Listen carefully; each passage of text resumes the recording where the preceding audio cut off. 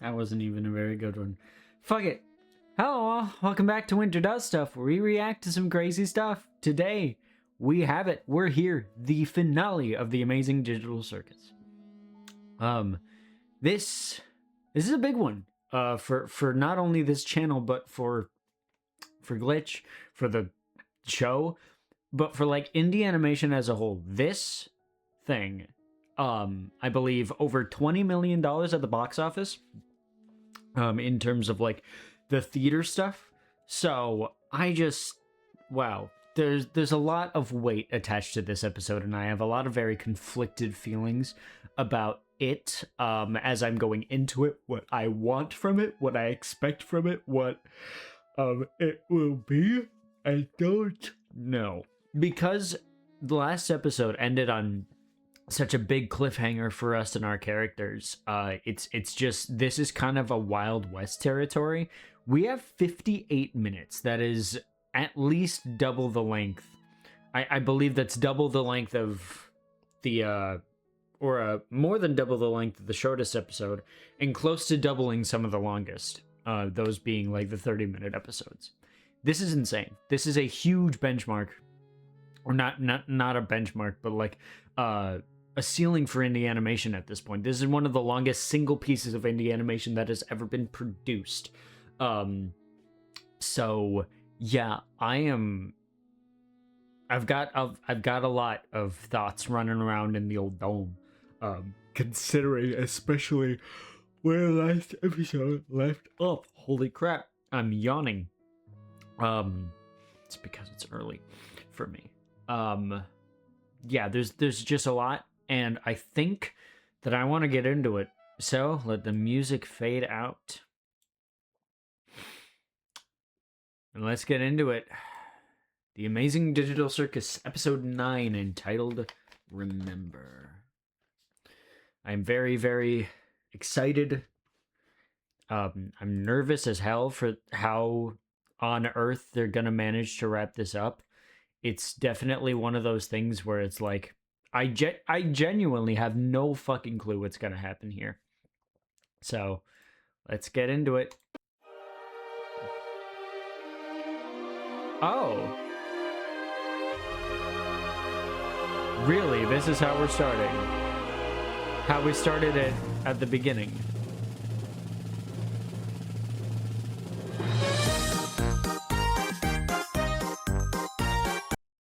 Starting it like how it was in the very beginning, but this time there's a bit of a caveat.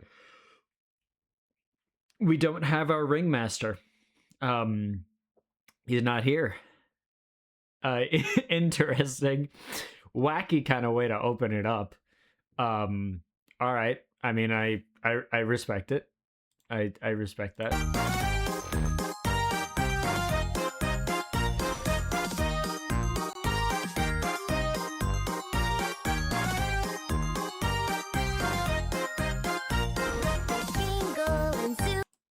And it's in the updated shading. Yeah, with the bucket on his head this time around. I don't believe that was in the original.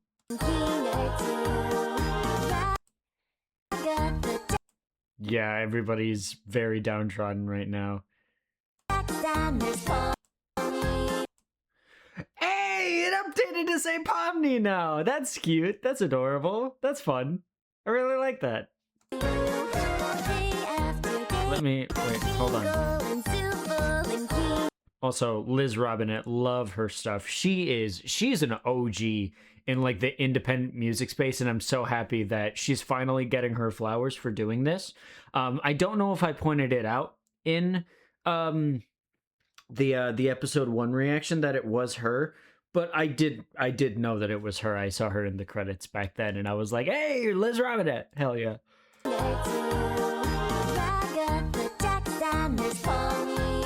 That's cute.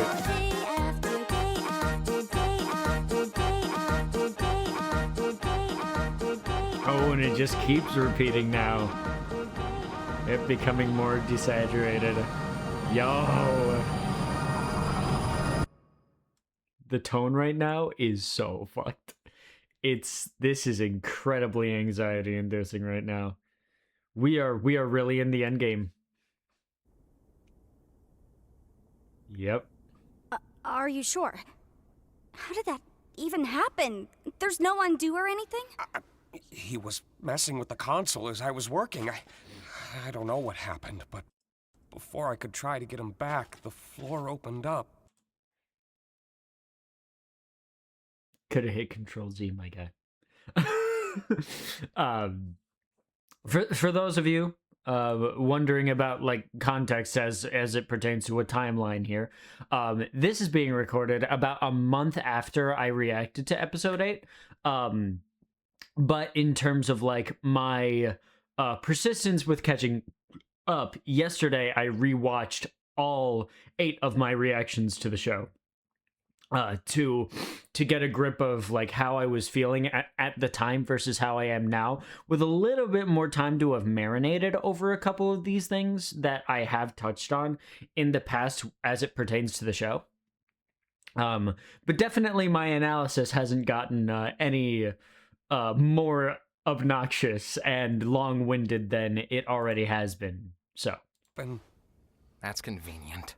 Jax. What? Are we all just supposed to forgive this? This guy messed up in the worst possible way he could. Now, we have nothing. Jax, please, just calm down. We're Anything else you want to tell us? Jax! What? He gets to mess up like this and everyone takes his side?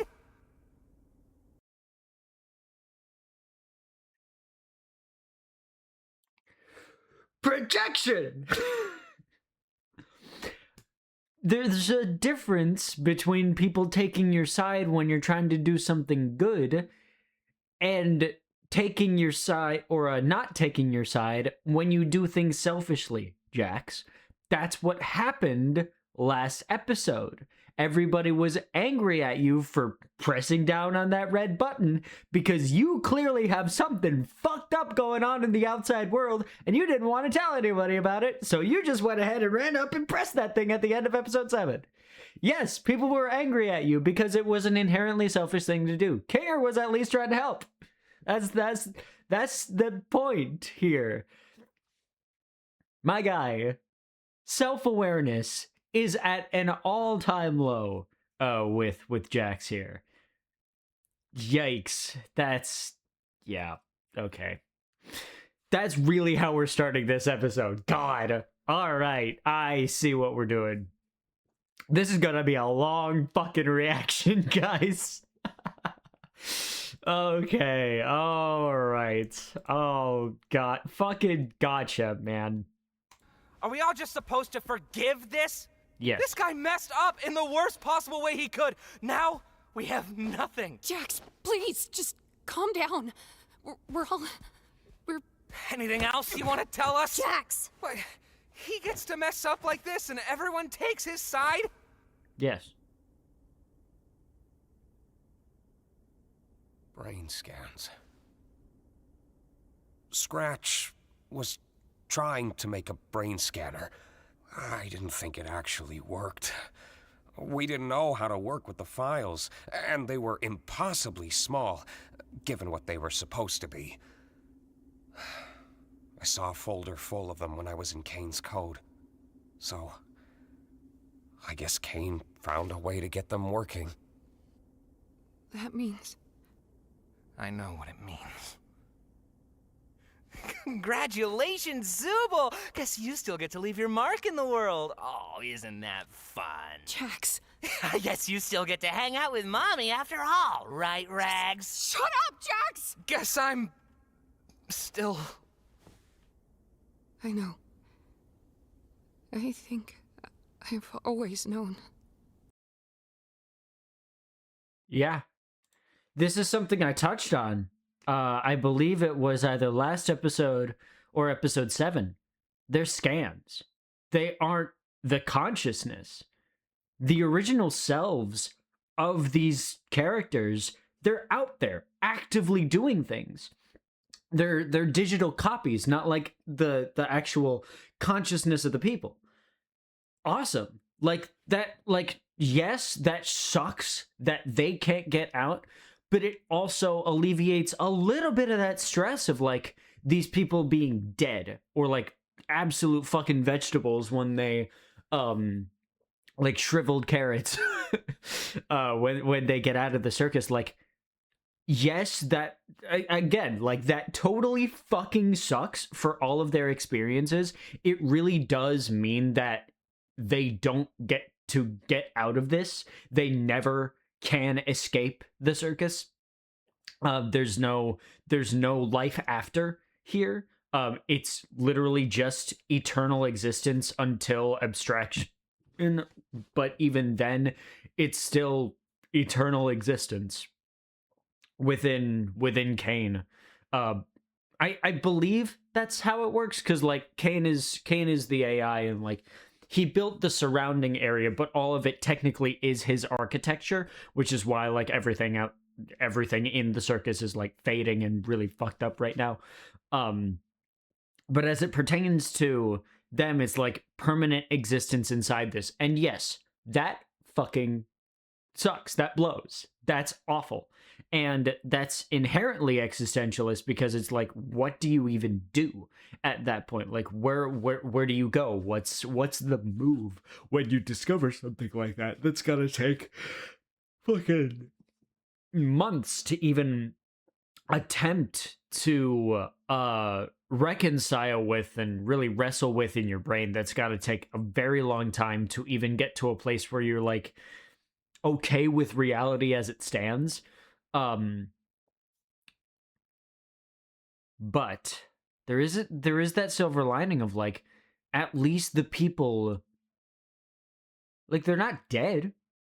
Like, there is beyond the point of like infinite life inside and no life after. There's at least that silver lining of there is no after that has occurred. There is no after that has necessitated happening yet. The people out there aren't dead. Like that's the one silver lining that I can take from this. I mean, yeah, everything else is absolutely fucked right now, and it sucks. But that is like a one kind of silver lining that I have here. It's like, at least they're here, at least they're present, and at least the versions of themselves out there have probably been like existing and like having lives and potentially families and friends and continuing the jobs that we talked about in episode 5, continuing adventures just in the real world. It's a very bittersweet notion that these people will never get to experience it, but the people that they are out there can. And that's like a very bittersweet kind of deal. I like that we're kind of wrestling with it. Like, it is that bittersweetness. Like, yes, it is objectively a good thing that they're still alive out there, but like here, it sucks. That probably went on way longer than it needed to, but so. And also, Scratch, when he tried to, like, that's why he was doing it. Like, he had a tumor in his brain and he wanted to just take a scan of it. Like, that's all this was for. It was, as I mentioned in the last episode, medical AI. Medical AI is such, or like using AI as it pertains to things like medicine or sickness or anything like that. It is an extremely helpful tool, and it probably did help the Scratch that was out there, whatever his name may be. Like, it's holy fucking shit. I'm yawning a lot. How many is that? 5 times in this one? Anybody in the comments who sees this, tell me how many times I yawned during this reaction. It'll probably be in the 10s by the time this is over. Again, this is gonna be a very long reaction, I can already tell. Oh, fucking boy. Alright. Oh, man. Alright. Given what they were supposed to be. I I saw a folder full of them when I was in Kane's code. So, I guess Kane found a way to get them working. Yeah, That means I know what it means. there's no leaving. Congratulations, Zubul! Guess you still get to leave your mark in the world. Oh, isn't that fun? Jax. I guess you still get to hang out with Mommy after all, right, Rags? Shut up, Jax! Guess I'm... still... I know. I think I've always known. Still what, though, as it pertains to Jax? It just, for some reason, still hurts so much to hear it. I know it hurts, but we still have each other. We're all in this together.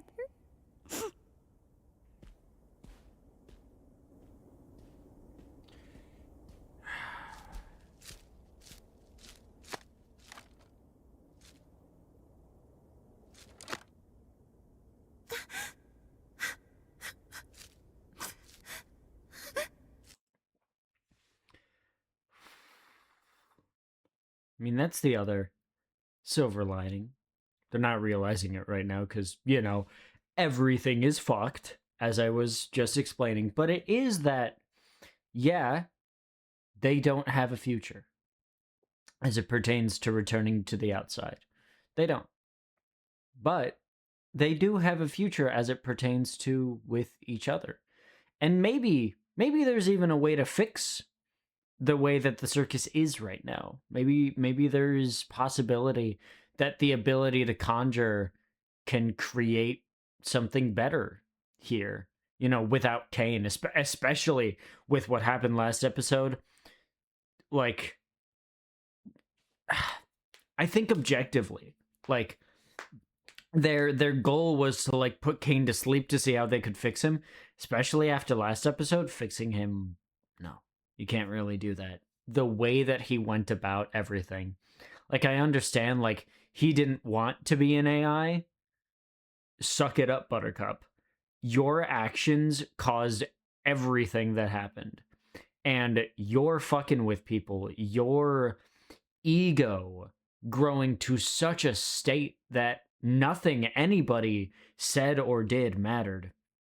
And especially the way that he handled explicitly how he tortured everybody in the last episode alone. Just no.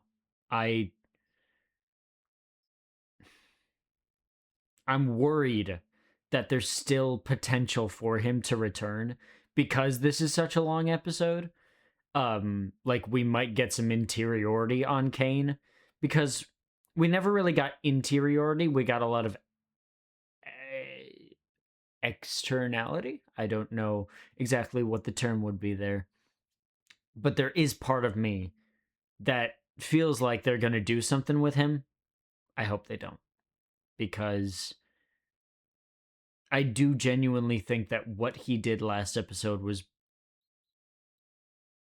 not even borderline. It was irredeemable from him. I really, really hope that they don't give Kane any grace for anything that he did. So. Yeah.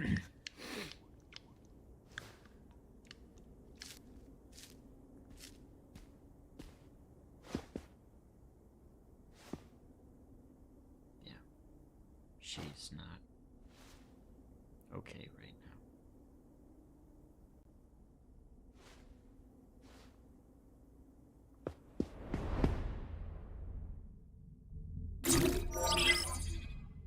Ooh. Yeah. Yeah. Exactly like that. You can patch up the holes. And you can make the circus better. That's awesome. Need any help? Sure, if you want to give it a try.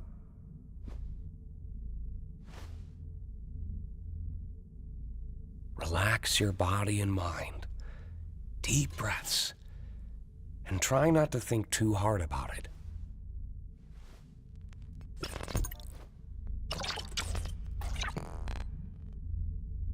Hey, you got something. Yep. I really wanted to help. You had a good start. I thought I could uplift everyone, but everything's gotten so bad. God, am I stupid for even trying? No, none of this is your fault. I don't think anyone could have predicted things to play out the way they did. I'm scared. I don't know what's gonna happen.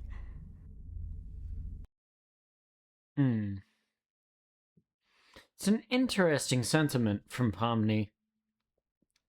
Because it is that aspect, like, she acclimated so well. And she has, I mean, it's a little bit of a frustration in the fandom, if anything. But her role was, like, to play the therapist to everybody. So it's like, she wasn't really helping herself so much as helping others, which boosted that morale. Like, her role has been the assistant, the helper, in this entire scenario as we've gone throughout the circus. And it's like, yeah, I mean, I see where she's coming from with that, but yeah, like, this definitely is not her fucking fault. If anything, again, going back to episode 7, it's Jax. He pressed that damn red button. If he hadn't, it would have just taken them to Shrimp Down.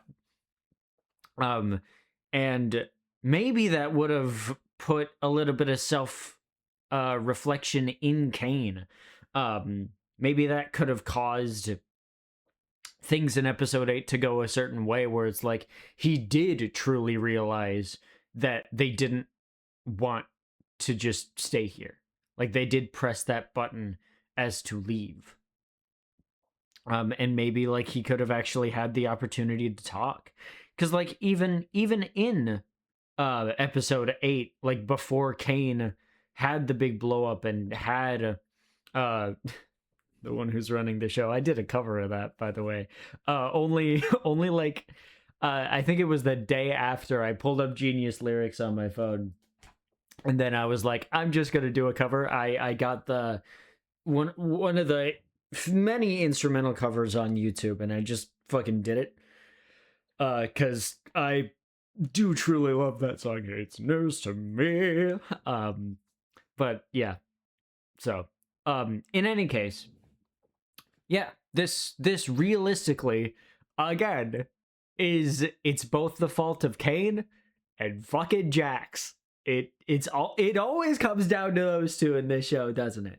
I feel like we have a theme on our hands here. I don't think anyone could have predicted things to play out the way they did. I'm scared. I don't know what's gonna happen. You know, out of all the people I've seen enter this place, I don't think any one of them adjusted as quickly as you did. I was a nervous wreck. So was I. It's a lot for anybody to go through. But while the others took weeks, hell, even months to get used to everything, myself included, you found your footing in a matter of days. And not just that, you've also become someone they can trust, even if they don't seem receptive. It's times like these they're gonna need someone like that the most. You're very strong, Pomni. And I know you'll be able to get through this. That's what he said in episode 3. Yeah, the callback there. Yeah, that's what I was talking about. Both just a minute or so ago and last episode. And it's kind of something that I've talked about over the course of this reaction series. You know, looking back yesterday, I've consistently talked about Pomni's I keep using that word consistent, but it is like that through line of just how every single step of the way Pomni learned quite faster than it seemed that like anyone else would if they were thrust into this situation. Sorry. Oh my god, wow, even the tongue thing isn't working. For those of you who don't know, if you're yawning, put something on your tongue, it normally works to just dissipate the yawn. But wow, I really needed to yawn that time because even that didn't work. That was crazy. But yeah, I've talked about that many times before. Where like Pomni is so really strong mentally, and the fact that this does take place over such a short fucking time is kind of staggering when you really look at it from the mindset of, oh, this only happened in like 2 weeks max. This is an incredibly short time span. So We've been here before. Someone they can trust, even if they don't seem receptive. It's times like these they're gonna need someone like that the most. You're very strong, Pomni. And I know you'll be able to get through this. there might be the same We've take. been here before. Have we? Yeah. Back in the Mildenhall Manor. I doubt you remember. Well, it's still true. It may take time, but they'll come around. We can't fix every problem. Not with ourselves. Not with the world around us. But we can still do what we can. It's gonna be a lot of work. But it won't be a lot of work alone. I don't know what to try. Wow. Lyrical song. Okay. Yeah, I feel like I feel like that was resolved a little bit too cleanly. I feel like maybe I think this is the first time I'm noticing where the dialogue is kind of like really on the nose. Like it's a little bit surprisingly blunt and direct, and it's like the characters are saying exactly what they need to.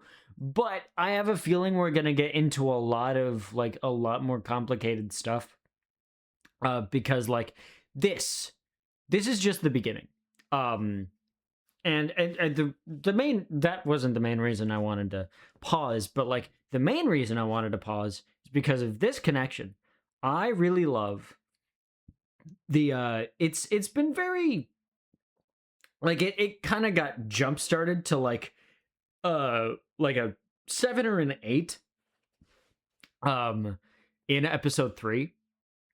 But like over the course of the series, especially in episodes in the last 2 episodes, 7 and 8, it's really apparent that like Kinger is Pomni's closest connection in the circus, and their bond is really, really powerful, specifically because it's what got her through everything in the Mildenhall Manor. And it was like the mention of like the Mildenhall Manor, like that being said, because it wasn't technically in the Mildenhall Manor. It was technically when they were in hell. But anyway, yeah, this is definitely like my favorite pairing of characters in the show. I think are these two. Like they're so the writing for them is normally so like sweet and tender, and that is something that we get from this show for some of the pairings, but it's like it's the warmest connection in the show, and I really just enjoy the warmth that comes from them. It's really adorable. It's really cute. So Not with the world around us. and I like the technical aspect there, by the way, of his normal speech was like very close and not very echoey, but as soon as he said the world around us, the reverb kind of fanned out. But we can still do what we can. It's gonna be a lot of work. But it won't be a lot of work alone. I don't know what the trouble's been, but it's too much to get over you.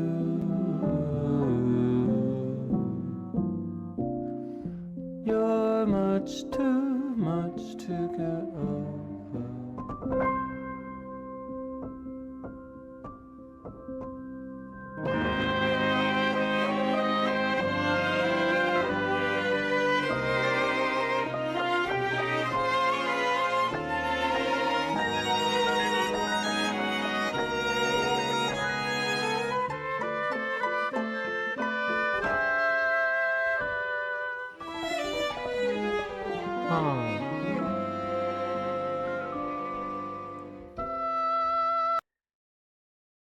Are we? We're montaging through this. Why? Like, I feel like them fixing up the circus as it pertains to like learning how to conjure and how to do that, like that could be like half an episode unto itself. Like this is ooh. Cracks are beginning to show for me. Like that's a bit weird. Right? Like other there would, like, if it weren't the finale at any other time, like I feel like that would be more thought out and extended. Not necessarily dragged out, but thought out. I don't know if I like that decision there.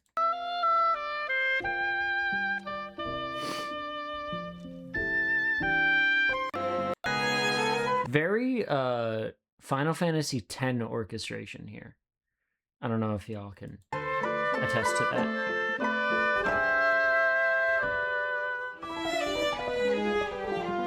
And a lot of time is passing. Specifically, this is reminding me of the opening theme for Final Fantasy X.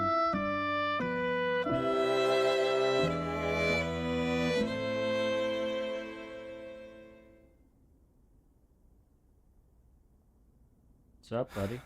Never mind. I wish I'd pried a little more. I somehow forgot Narration? how bad it can get.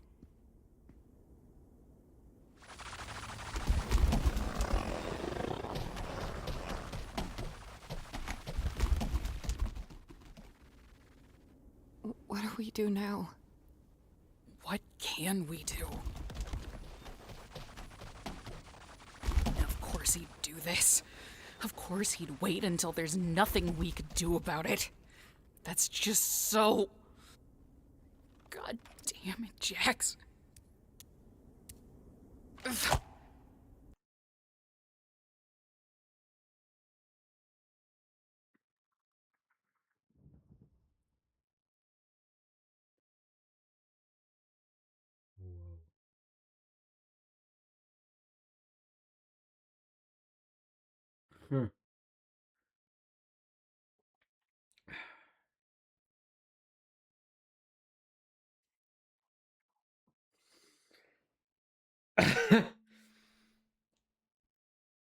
All right.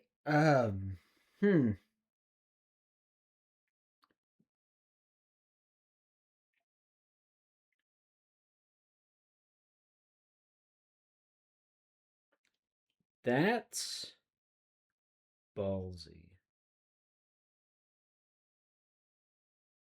I don't know if I like it or not, but that is very, very ballsy.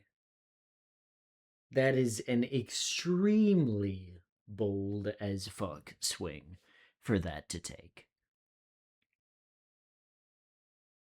Just a little bit of narration, like a very, very like brief, like 2 sentences of narration from Pomni, like I should have pried more.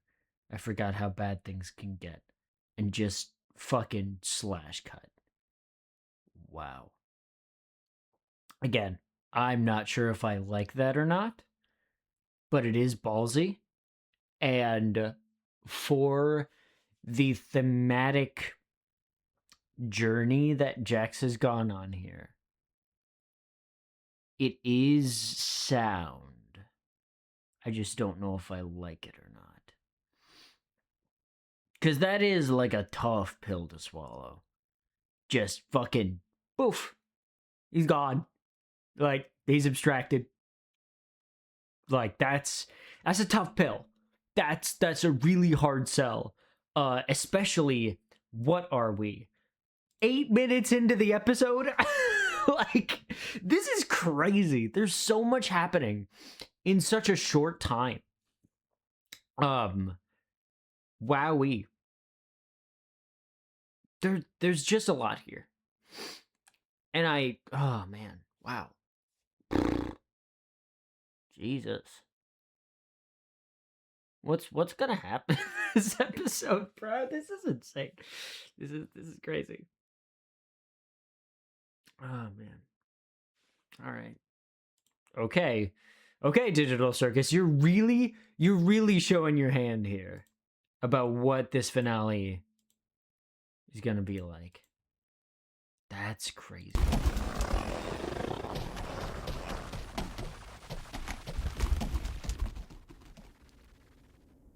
What do we do now? What can we do? Of course he'd do this. Of course he'd wait until there's nothing we could do about it. That's just so... God damn it, Jax. Ugh.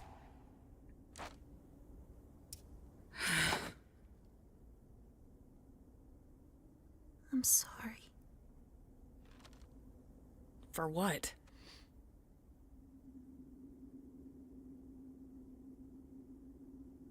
Hey.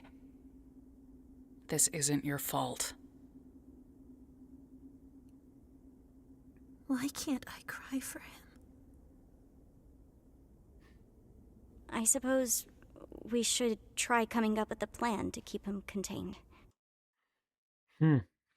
I like that. I like that she can't cry for him.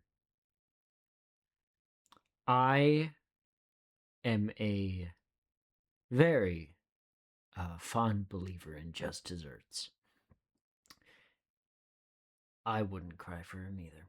Not a single drop. And I am very, very happy that Gangle isn't. Because he put her through hell. From our understanding of the events that have transpired in the Digital Circus, he treated her the worst, consistently. And yes, it is that aspect of, like, there is reason behind it, and I talked about that in, in, I think it was episode 5. But, like, it doesn't excuse it. And I personally very much view Jax and Kane in a very similar light. It's like anything they do to explain either of these characters as it pertains to their actions and how horrible they were. I personally, like, as a consumer of this art, I will never forgive those characters. I will never relinquish that desire to see them gone. Like, I feel like the show, or like the characters in the show, would be better off without those two. Like, I feel like their ends are a stride towards the betterment of the health of the characters that are still here. I mean, Kane, yes, but, like, especially Jax. Like, he was the primary driver of a lot of the conflict, like the interpersonal stuff, which is inherently what the show is about. It's about interpersonal conflicts and existentialism, and it's all about the characters. And I love that episode 7 was an entire bit kind of shitting on all of the people who very constantly nowadays forget to actually consume what is a story versus what is the lore in a story. So, yeah. Hey. This isn't your fault. Why can't I cry for him? You shouldn't have to. I suppose You don't need we should try coming up with a plan to keep him contained. You know, I always thought it should have been me. Don't say that. We were friends once. I mean, sort of friends. As much of friends as anybody could have been with Jax. We could talk to each other, at least.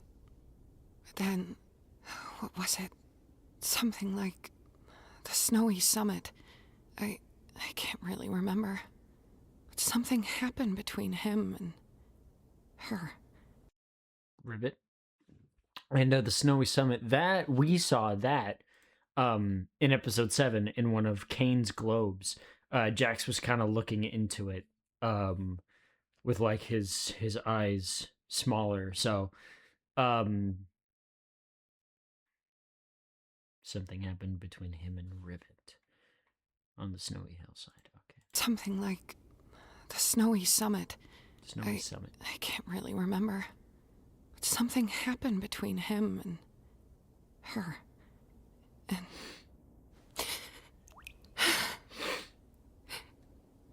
Ribbit.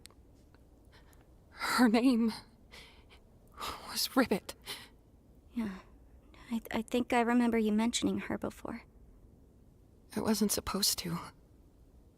After Ribbit was gone, I tried to comfort him.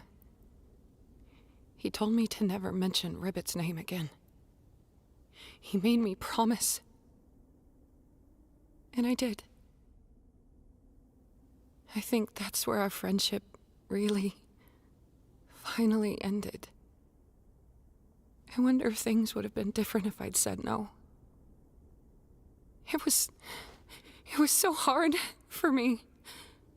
I still don't know why I did it. I just wanted him to know he wasn't alone, that I was there for him. And I guess I just didn't want to lose any more friends. Shows what I know, huh? Interesting. I think that's what I'm learning about Ragatha. She loves too hard. Like, she cares way too hard. I think, especially in the world that we live in, friendship is so fleeting. Man, wow.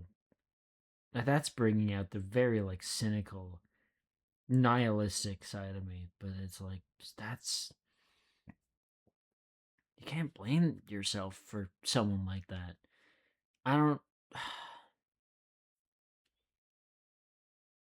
know. It's something with Jax comes across as like he's always been just the worst. Yes, it is probably caused by something that happened to him on Earth and in his real life, and yeah, that sucks, but it doesn't excuse it. I'm a firm believer. I love character regression and character wrongs because I hate when someone is like someone's inherently a bad person in a piece of media and then like something happens in an episode or something that like explains their backstory. Like all of a sudden the characters forgive and forget. I hate that shit. I like it when I like it a lot better when it's like the episode explains what happened and the audience is forced to sit with it and the characters like maybe they're forced to sit with it too, but it's like it doesn't excuse them. Yes, it explains them and it might even explain them down to a ridiculous degree where you sympathize, but it will never ever explain away the treatment, the cruelty that is placed on other people. And I feel like Ragatha in this case Like she's looking back at the things that she could have done differently, and it's like she loves too hard. Friendship is a fleeting thing. It can happen with anybody. Anybody that you know can leave your ass in an instant. I hate to say it like that, but it legitimately is how life is.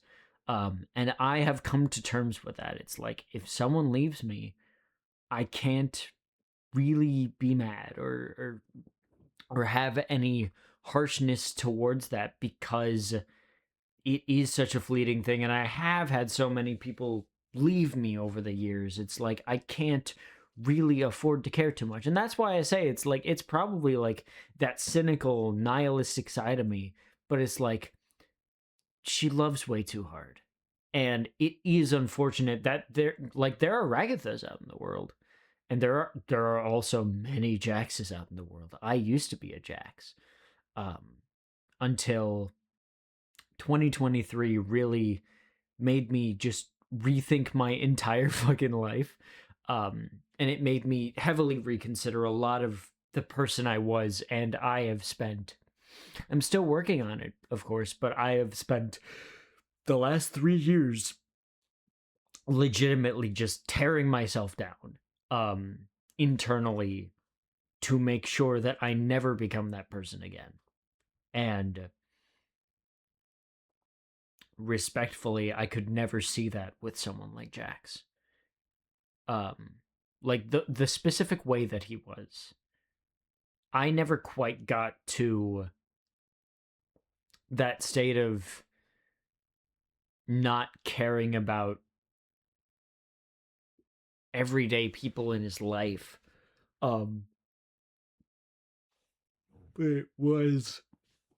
It did get bad for a time. There was a time where I just didn't care. I almost got there, but again, luckily, I mean, not necessarily luckily, was a time where I was almost killed several times, but it was, I mean, I've talked about that on this channel before. I won't go into it here because Lord knows it, like, again, I've talked about it way too much. Probably mentioned it only 3 times. What am I doing? It's very much like it was a horrible thing that happened, but it truly made me.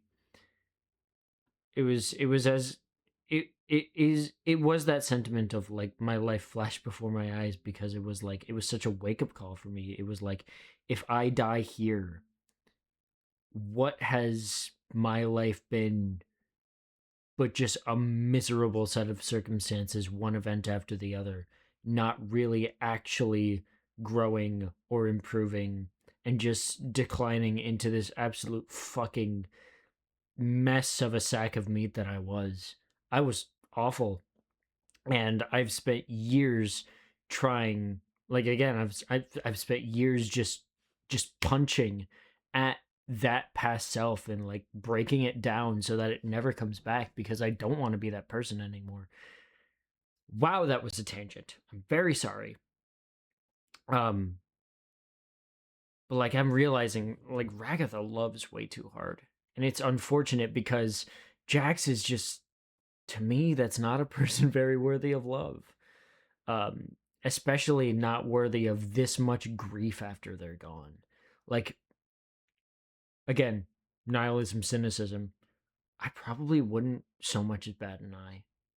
Like, yeah, I would say that kind of sucks for them, but then I would be on my way. That's how much I would not be able to afford to care for a person like that. And I guess things would We're gonna rewind because there might be a few things that I want to talk about. Him and friends. As much of friends as anybody could have been with Jax. We could talk to each other, at least. But then, what was it? Something like the snowy summit. I can't really remember. But something happened between him and her. And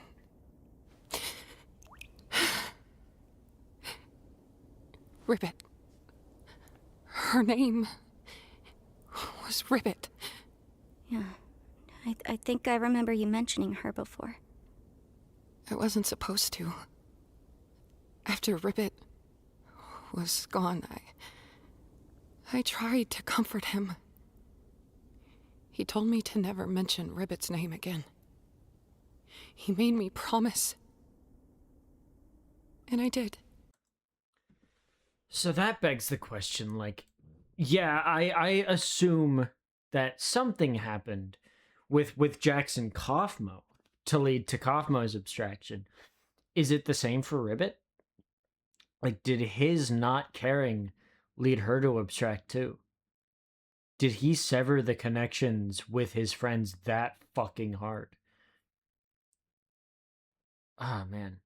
If that's the case, like, again, like, I would not care if that kind of person left.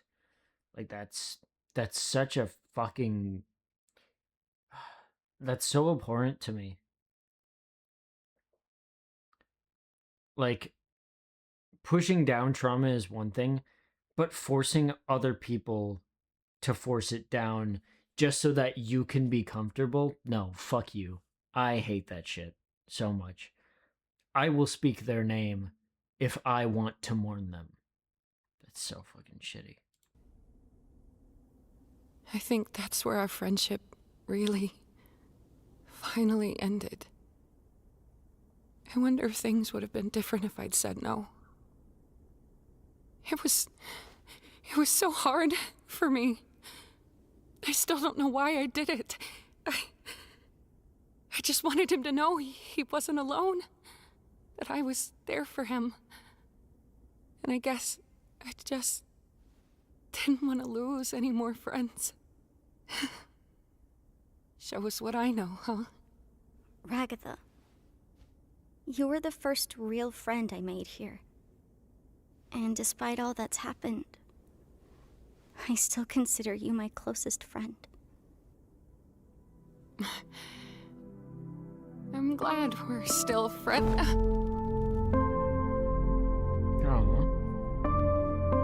Oh wow, the score here. Ooh.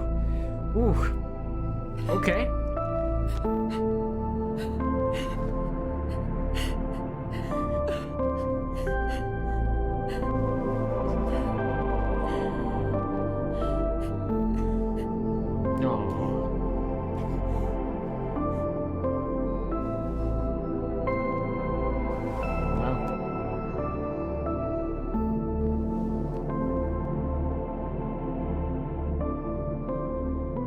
Lighting here is gorgeous. What are we gonna do?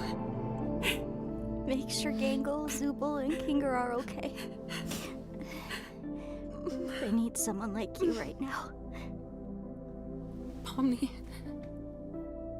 you've been one of the best things to happen to me since I got here. I trust you.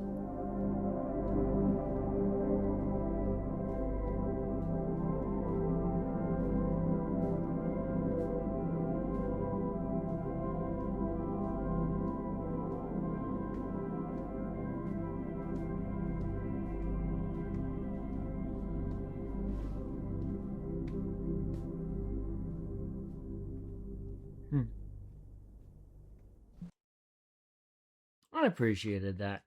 However, I think it was like 10 seconds too long with the shots back and forth of them looking at each other. I feel like that was a bit much. I don't know, like, again, maybe it's the cynical part of me, but I think the bond between Pomni and Kinger is a lot closer, especially in episodes 5 and 6. The one between Pomni and Ragatha was a little bit for a little bit there, while Pomni and Kinger have always been on like the best terms, like they're really tight together. But that was a nice scene that got me a little bit emotional with the score and that turnaround, like that spin was really nice. But again, I feel like it was either a little bit too slow or even like I feel like it was that. I feel like the movement speed, I think they might have like slowed it down by like 0.2%. But yeah, like that was nice. That is what I'll say. It was nice. But again, I feel like it went on for a little bit too long. But okay. So what is Pomni gonna do with abstract Jax here? That is the question.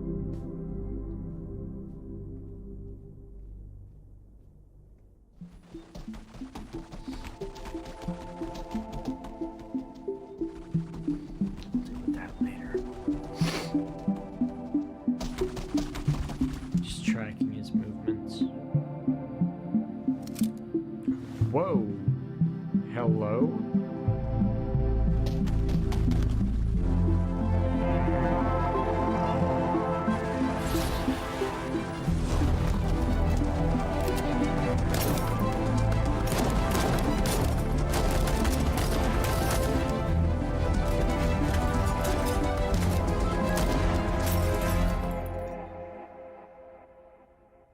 What are you doing, Pomni?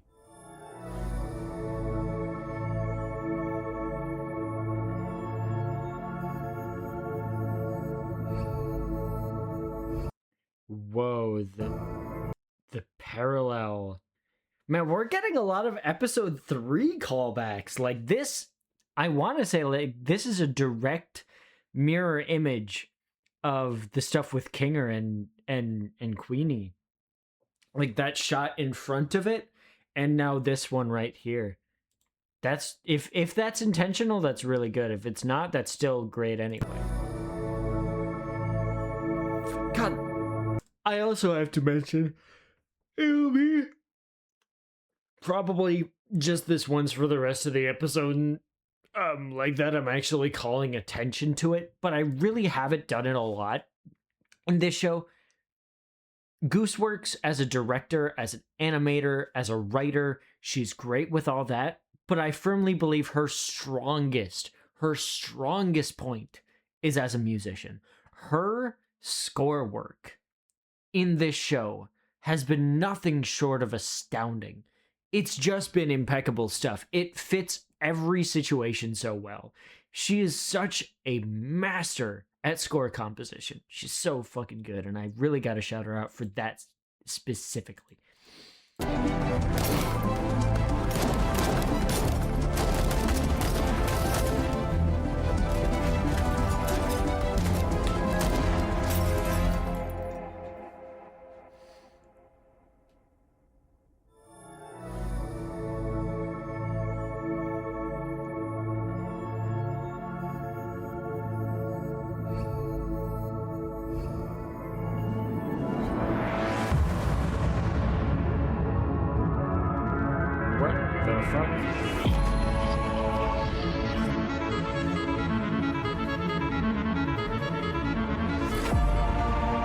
What are we doing here?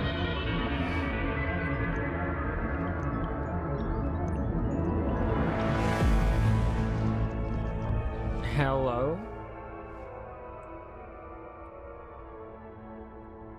Oh, wonderful.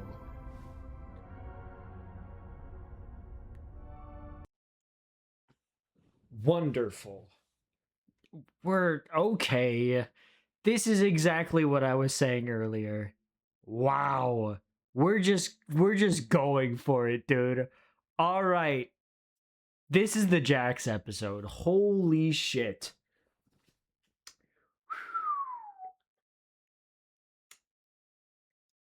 All right. Show me what you got, Gooseworks. Show me how you're going to at least explain him. If nothing else, this will explain Jax. I hope.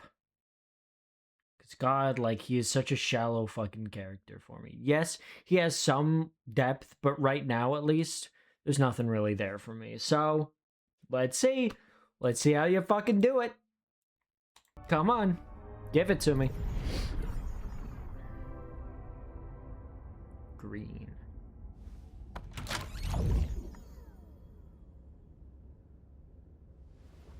Whoa.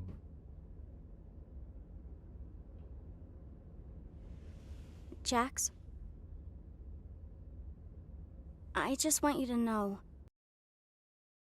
Is this like how he would react if Ragatha abstracted That if you need instead of anything, like cough or mode? if you need to talk to anybody, I'm here for you. I know you need it. And I'm the only person who can help you. You need me. I can fix you. Ooh. Yeah, no, Pomni would not say that.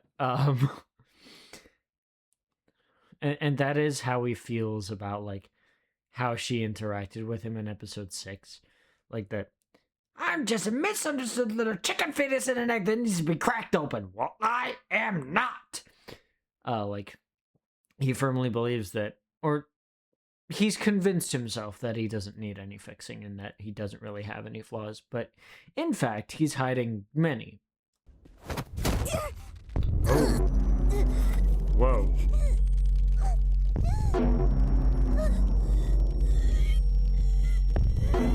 Jesus Christ.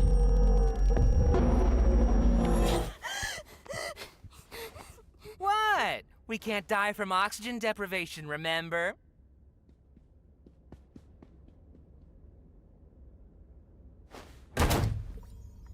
Whoa. Ooh, that was a little bit creepy. Him looking up into it. Okay. That was very weird. Um Wow. Interesting. Maybe the other vignettes will, like the other doors will give me a good idea, cuz I assume we're going to go through all of them, and I want to know what's on that last door, that chained up one. Um to see what we get from this. Like I'll wait until. Come on, guys, put some gusto into it. We're gonna make this the best funeral ever. It's what Zubul would have wanted. Remember. Yeah. Oh, each of the doors is like exploring how he would react if a specific member of the circus abstracted. Is that the angle we're going for here? It's not a mourning of death. It's a celebration of life. Sup? Jax, why are you wearing that? Wearing what? Oh, this! I figured what better way to honor Zubul's spirit than by wearing something all gender freaky, right? You're just doing it to make fun of them. Gender freaky is crazy. Isn't that what you're doing?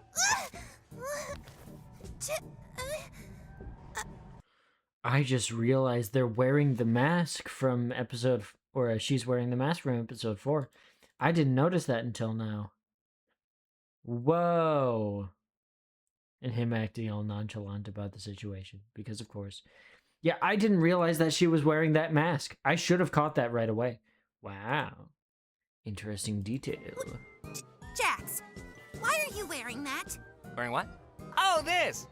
I figured what better way to honor Zubul's spirit than by wearing something all gender freaky, right? You're just doing it to make fun of them. Isn't that what you're doing? I hate you. What? Don't act like you don't like it, sweet cheek. Meet me in my room after the funeral. Don't be late. What are you all doing? Get back to work!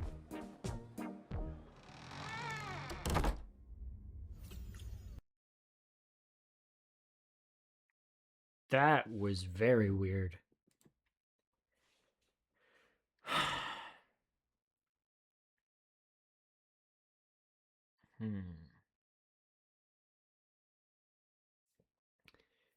I feel like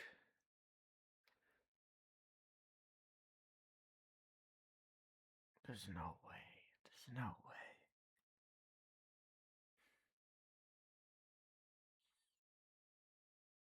No. Right, because the way that this is going about this is really, oh man. I can, I'm not much for theory crafting, but there has been a prevailing theory over the past few months that I should have brought it up in the intro, because now, thinking about this, I probably look like a fucking idiot. It's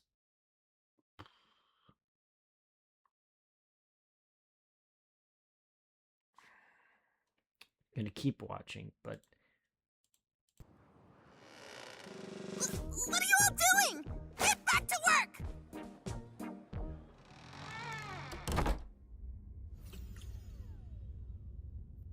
yeah, what's that one?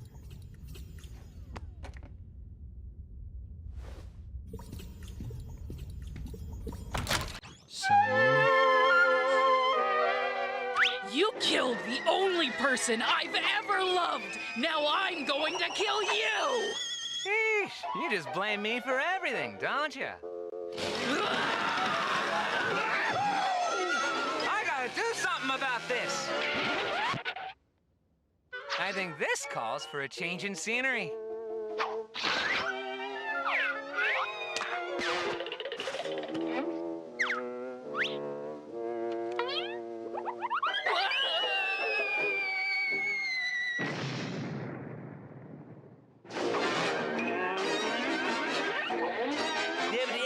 That's all, freaks.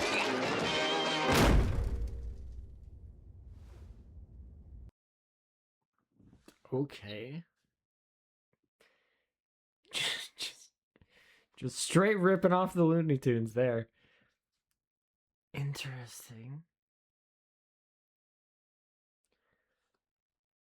It's so interesting, like the different ways in which he thinks like each of these abstractions would affect the world around him, and like specifically him. Like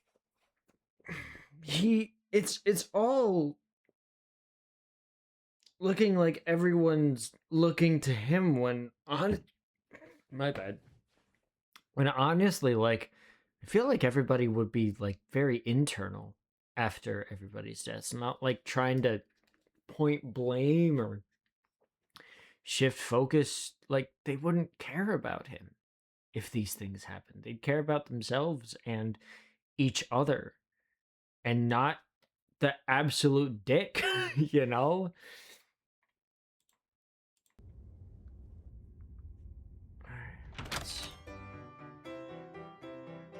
How the hell did you get in here? We have a strict no girls allowed policy. Why are you wearing that? I wouldn't be caught dead wearing that. I'm wearing it ironically. That way it shows truly just how little I care. Don't forget about me. I can play the piano. You know, if you have to say you can play the piano, it makes it seem like you can't actually play. Yeah, just shut up and play! Well, that was cool. Like the water Is being that static. what you really think of us back there? Oh, that? Who knows? Everything's way more fun when you play it out in extremes. That's not reality, though. Oh boy, why does that reality's matter? gay. Yeah, I mean, killing off the comic relief character? What a freaking drag. This whole episode's been nothing but wah, wah, wah. Where's the levity? Shut up!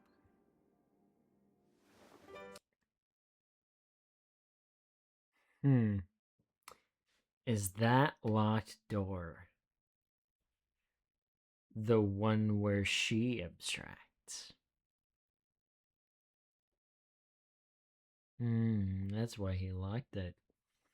Because he doesn't ever want to think that the person who was, like, just for a moment, started to help a little bit. Because she was starting to break through and help him just that little bit more. That locked door is her, and that's why they all just yelled, "Shut up," because you don't want to hear that. I'm gonna rewind this whole section here.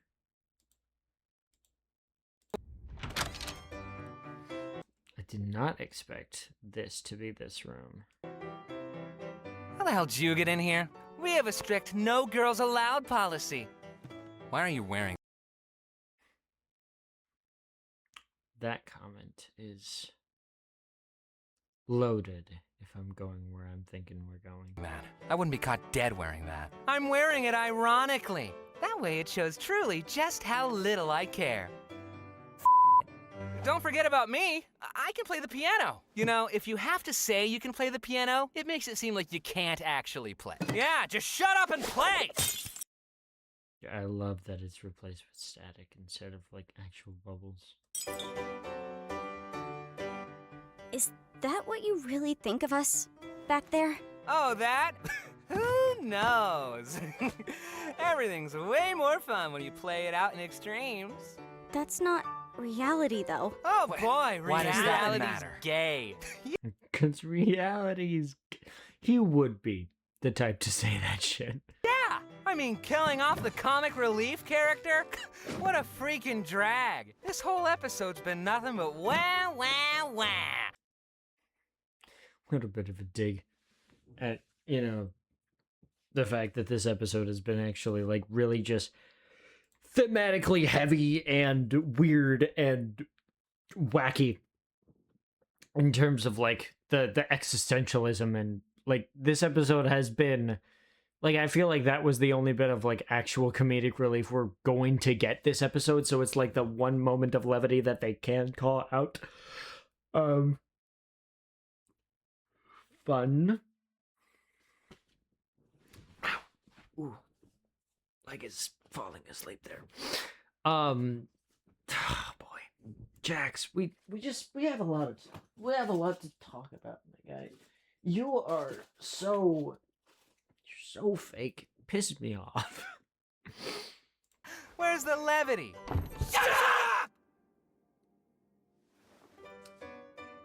Where's the real Jax? You're not gonna get anywhere asking questions like that. Now scram! You're messing up our game.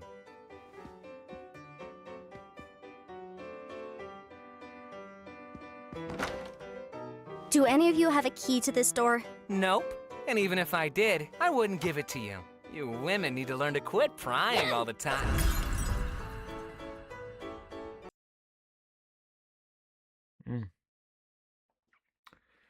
Wow, we are really showing our hand here. Wow. I hope that doesn't also happen to me.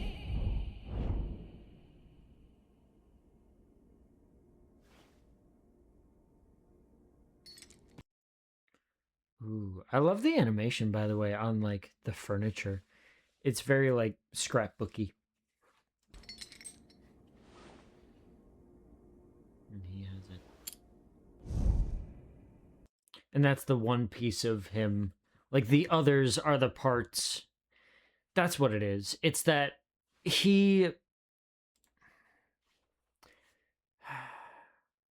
going to choose my words carefully here. Jax is someone who is damaged to the point, has lost enough people, that every single time someone fades, a new kind of mask forms.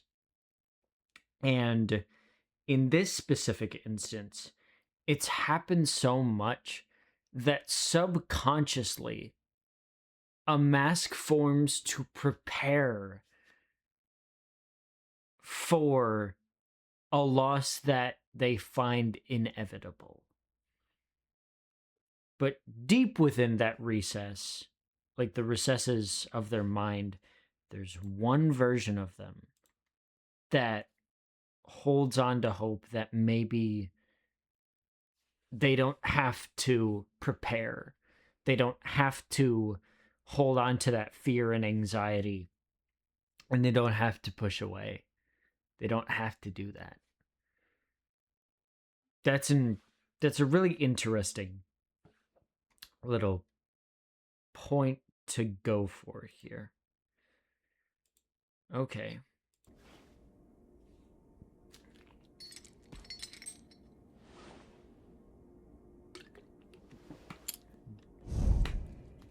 And it is such in the recess of their mind that it's like genuinely chained up.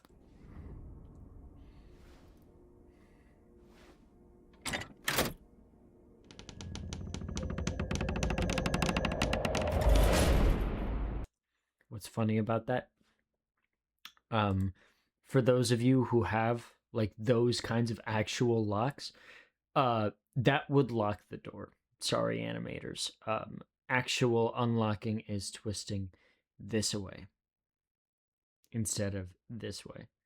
This is to block the door. This is to unlock. My bad. I got way too technical. What's behind prize door number 8?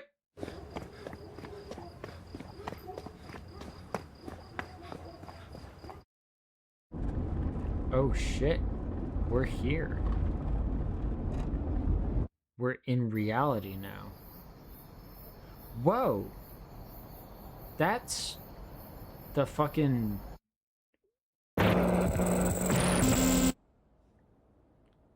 That was the fucking alley, right?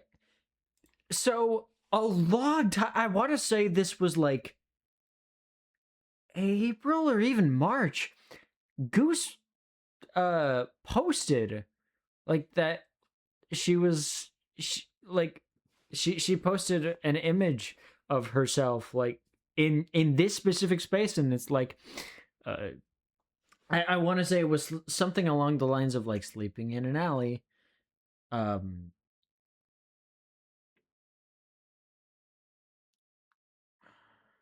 on.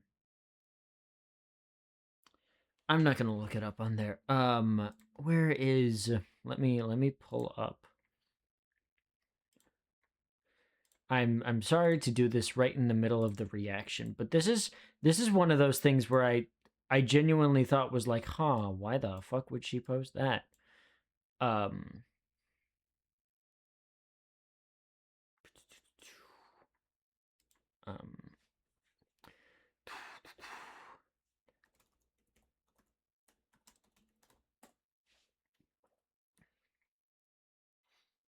Yeah, it was a post from April 12th, and it said, sleeping in an alley, wish me luck.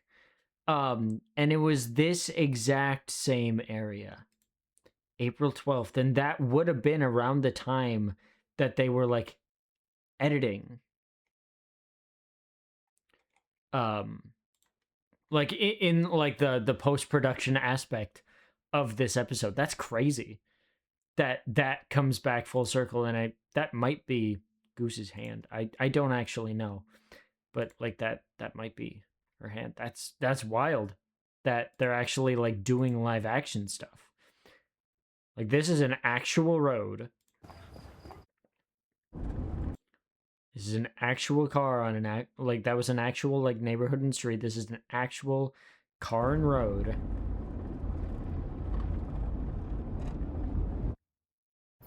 And this is an actual alleyway.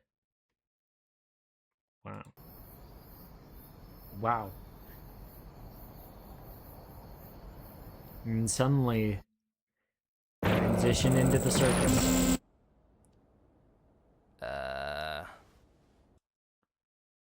Holy shit, we're actually seeing both of them. So what was the order, right?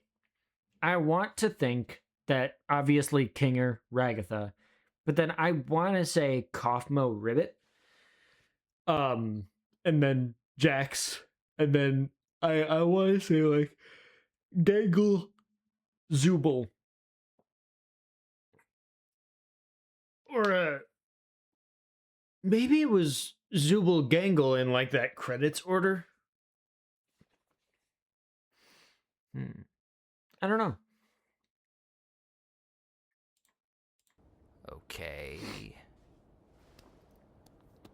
Wait. What's... Whoa, it's okay. I know it's a lot. Get away from me! I look... stupid. I remember that feeling. It goes away eventually.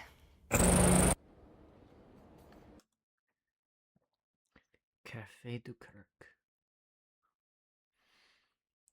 It was Kirk. Okay. Not gonna. Croque Monsieur.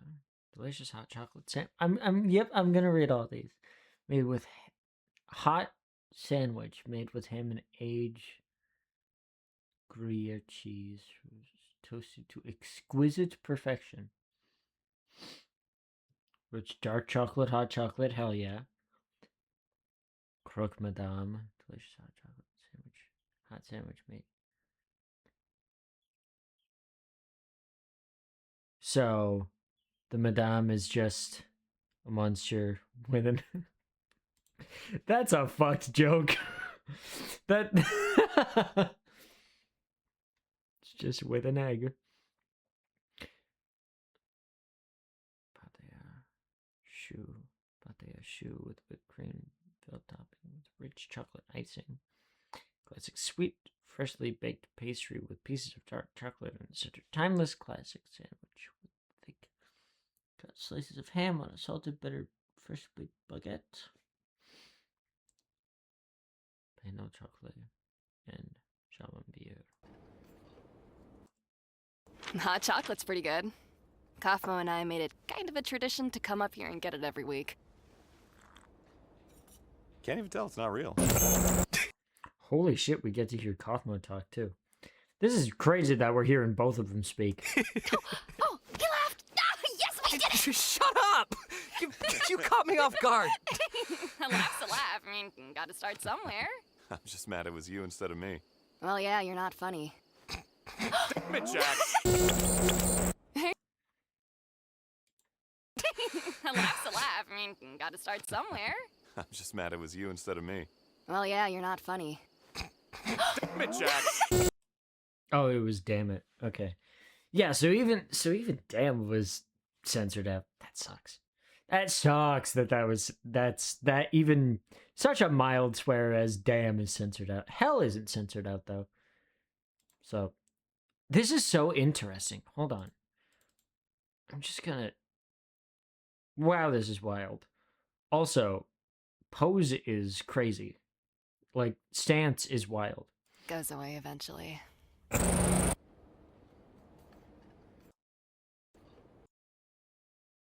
Freshly baked pastry. Hot chocolate's pretty good. Kaufmo and I made it kind of a tradition to come up here and get it every week. Can't even tell it's not real. Can't even tell it's not real. I can't believe it's not butter. Oh, he laughed! Ah, yes, we did it! Shut up! You caught me off guard. A laugh's a laugh. I mean, gotta start somewhere. I'm just mad it was you instead of me. Well, yeah, you're not funny. Damn it, Jack! So it was these two who got him acclimated to the circus. God, that makes it all the worse that I want to call. Hey, Ribbit, you want to be on my team again? Sorry. I'm gonna be showing Jax around this time. No worries, y'all have fun. Hey, dumb! Sup, moron? Oh my god, same. I used to swear. Whoa, what is this place? Whoa, I want to visit here. Yo, what the fuck? This is a gorgeous landscape area. So much, but the censoring annoyed the shit out of me. Wait, what? Sup, moron? Oh my god, same. I used to swear so much, but the censoring annoyed the shit out of me. You gotta watch out for her. She's gonna corrupt you. Okay. She's such a... Today's adventure was really fun. I'm glad I could cheer you up. This is a beautiful room. Holy shit. Dude, this shot. Wow. Wow, it's kind of getting me emotional. Hot damn. This show has gotten so exceptional in its animation. This team has worked so hard. This is like the best shot in the show. The direction that's been on display in this episode has been amazing. Like the shot choices and the animation direction has just been absolutely stellar. Even if the dialogue in that first section was a little bit on the nose, this is, oh my god, look at that, dude. Wow. Look at that. That's so pretty. That's so fucking pretty.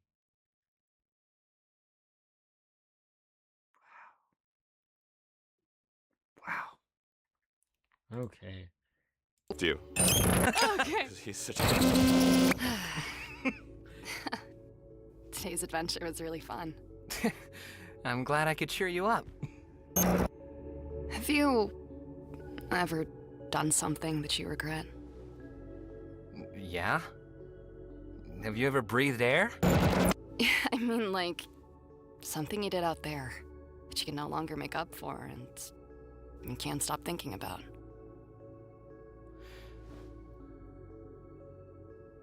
Hi.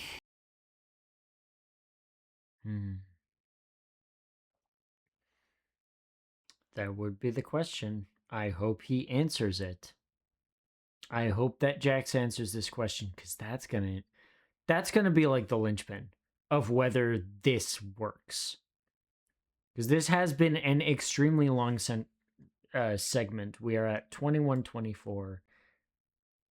We have been going with Jax since about.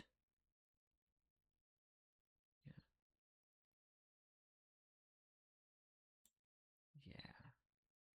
We've been going for almost 10 minutes here. This is crazy. So, well. I cut ties with my parents when I moved out. They were devout Mormons, and I wasn't. Despite that, I still wish I could see them again. But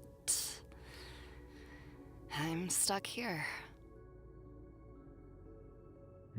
Is this your way of trying to get me to open up? It's my way of letting you know I trust you. I told you I was homeless. What else do you need to know? You trust me. Yeah, but it's just... It's kind of a lot. You're kind of a lot. But I still like you. A lot is fine. A lot is fine, huh?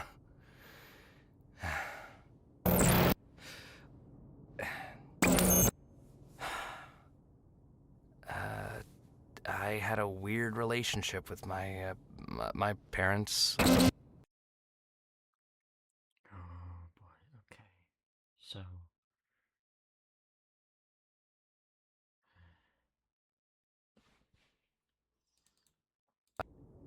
A lot is fine. A lot is fine, huh?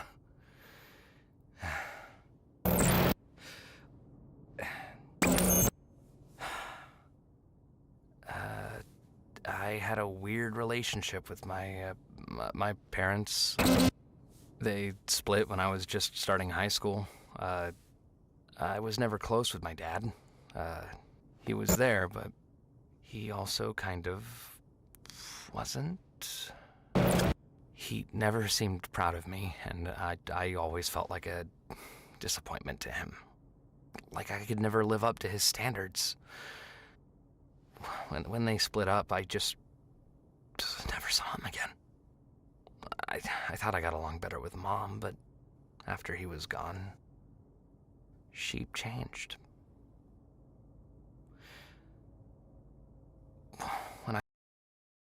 Wow.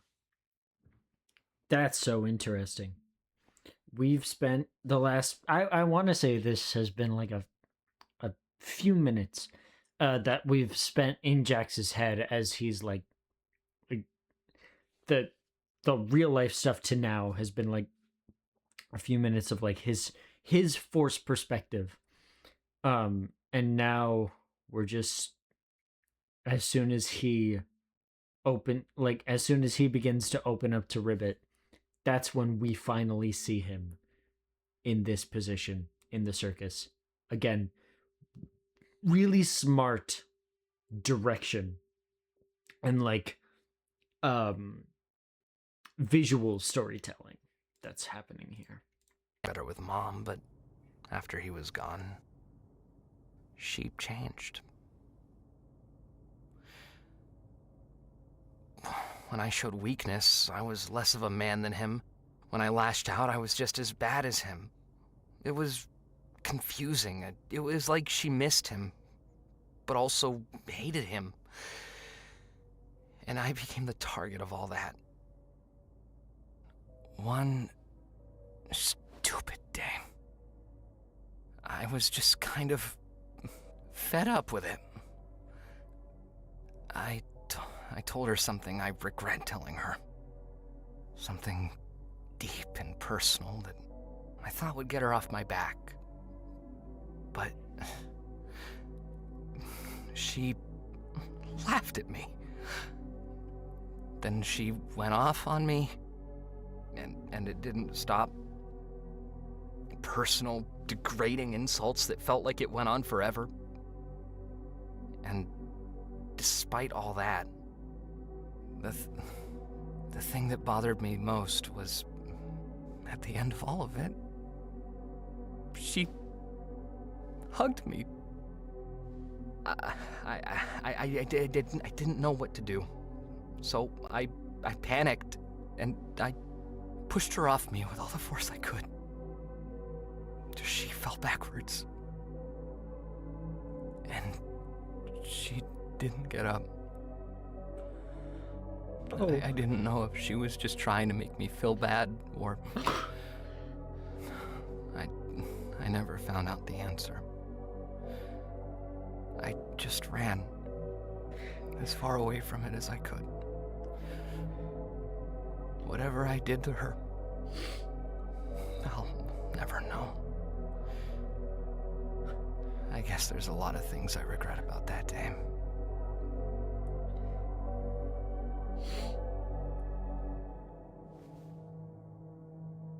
Oh my god. Holy shit. Wow.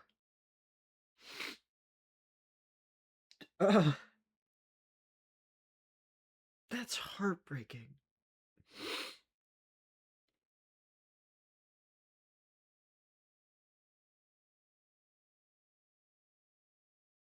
Oh my god.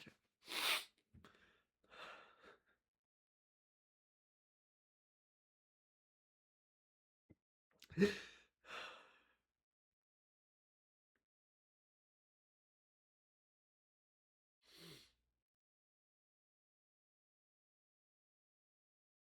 know, because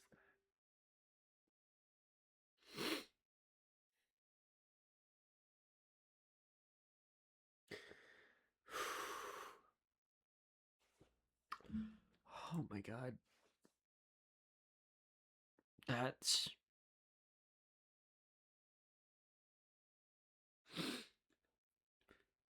I never thought I would shed a tear for Jax.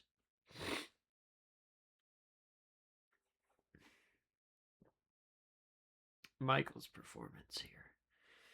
This might be the highlight of his fucking career, man. That's gutting. That's actually fucking gutting. Oh my god.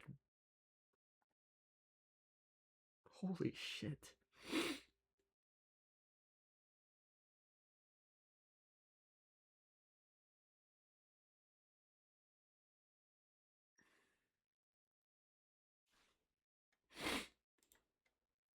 Hold on, I'm just... Guess there's a lot of things I regret about that day.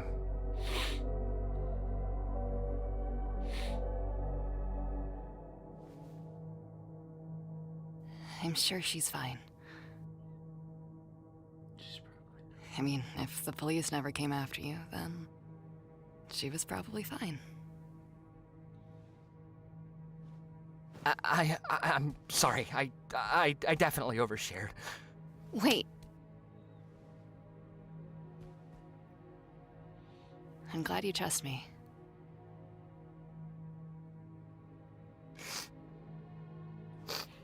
Shit. This is embarrassing.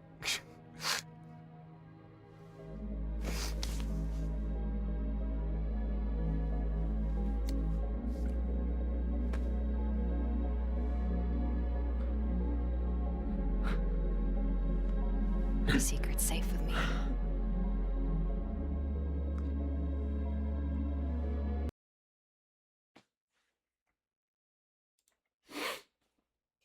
There it is. There it is. You fucking did it. For better or worse, however the internet handles that. That's as explicit as you can get. That's what he told her. Wow. It really has been there all along. Like, there has been such an emphasis on, on Jax. We'll refer to them. In traditional gender roles. There's been such a focus on that as it has pertained to this show. Even in episode, as far back as I want to say, episode 2.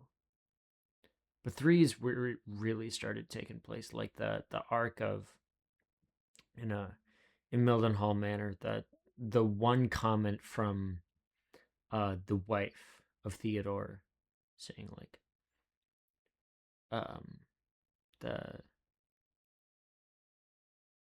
you know how men are to Ragatha, and she like pointed to Jax. Yeah, I do. And then just as we've gone along, the maid outfit, the insistence on like the toxic masculinity that we found in stargazing. And now here. Just it's revolting to know that there are parents in the world, that there are people in the world who, if your own blood decided to confide in you with something that is as important to your sense of self as something like that. If someone came to you with something like that and you just laughed and insulted and berated until no end, and then especially with this situation, like at the end, she hugged them. Of course, that person would push back. Like, what the fuck were you thinking? Of course there would be pushback. Of course there would be resentment there. That's a no-brainer. You can't just hug your way out of that situation. That's just fucking revolting, man. That explains so much. I didn't think I'd feel for Jax, especially after all they've done, but I kind of do. Not to the point where it excuses anything. I don't feel for Jax. I feel for the person that they could have been if they decided to just choose better. Because, like, I mean, obviously we're going to get more, but, like, there was a choice here. There was actively a choice that was made. And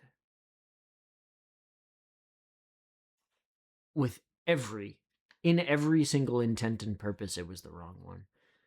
and they just dug that hole for themselves the whole way down. That fucking sucks. Wow. What a complicated character.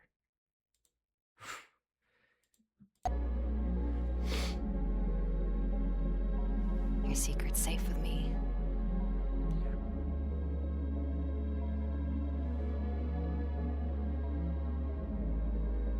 Hey, is Jason there? I think I found Yeah, him. yeah? I mean, now's not a good time. Or now's fine. What do you want? If now's a bad time, I can come back later. That would be cool. Good.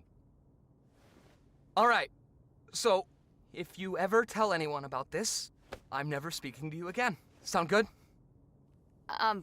Yeah, I won't. Awesome. Bye. Why am I such an idiot? Why am I such an idiot? Why am I such an idiot?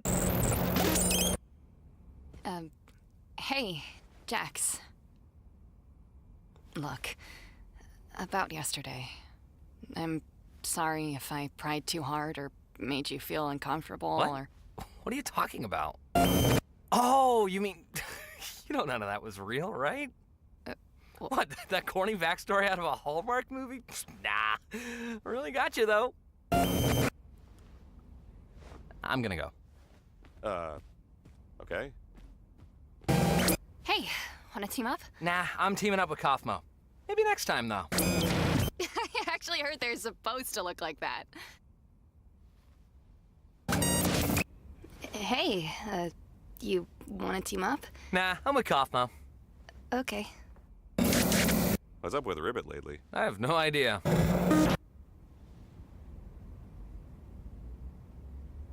What?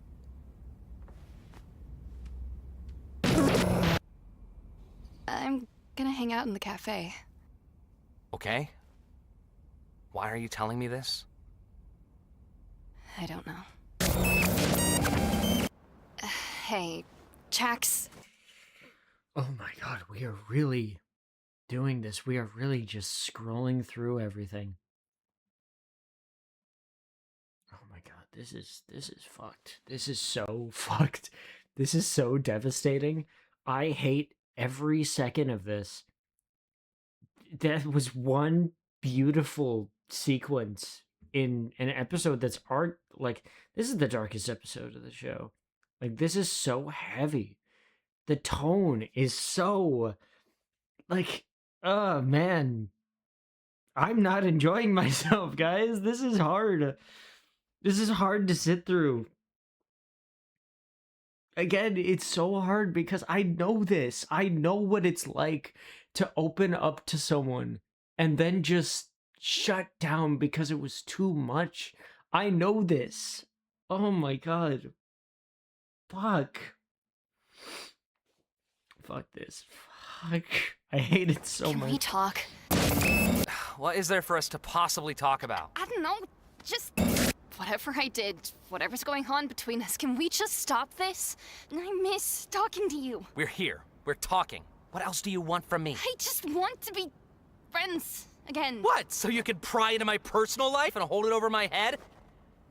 Is that really what you think? This can't be what you want. What? Because you know me so well. Because we're such super close best friends. So we know everything were about each other. friends. We were great friends, and I'm Oh sorry my for God. crying, but I don't want this one stupid mistake to be Here the we thing go. that ends Here all we of this. go. Why are you still fixated on that night? Nothing happened. You keep reading into things when there's nothing there. You're the one using me. You're manipulating me. I'm sorry. I'll leave you alone. Hey, if Ribbit ever says anything about me, just know it's not true. What? Hey, Ragatha, what was that movie you were talking about earlier? Huh? Wait, when was I... Oh, you mean yesterday? Hey, Jax, have you seen Ribbit at all today?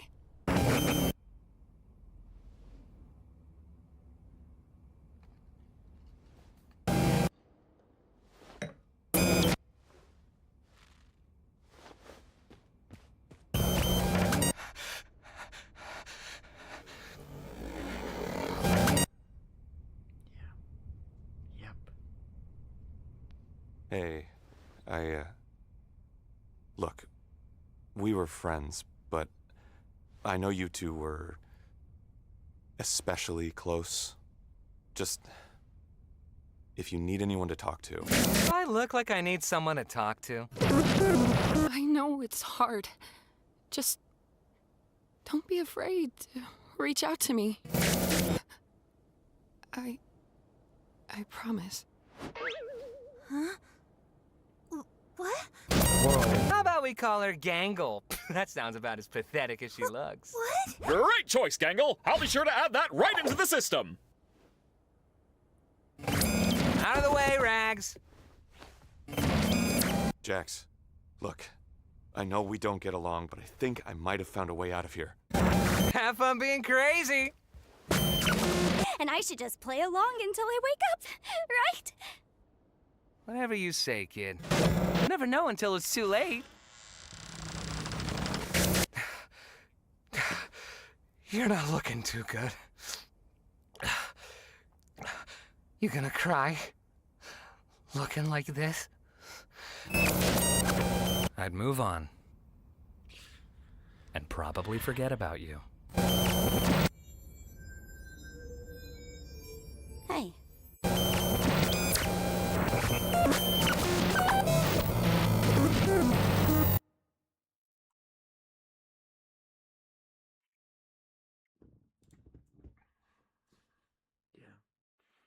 Yep. Mm-hmm.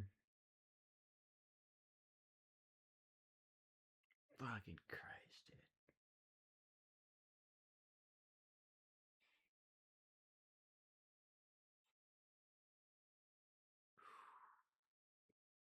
That's devastating. That's so hard.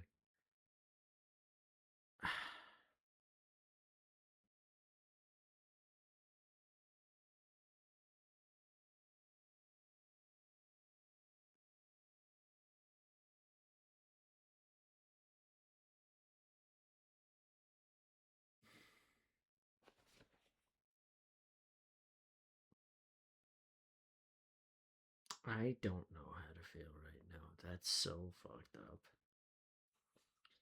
Because there is no easy answer, right? There is none. That's such a complicated situation. You can't really blame Jax, but of course there's no blame on Ribbit for just wanting to check and see if everything was okay afterwards.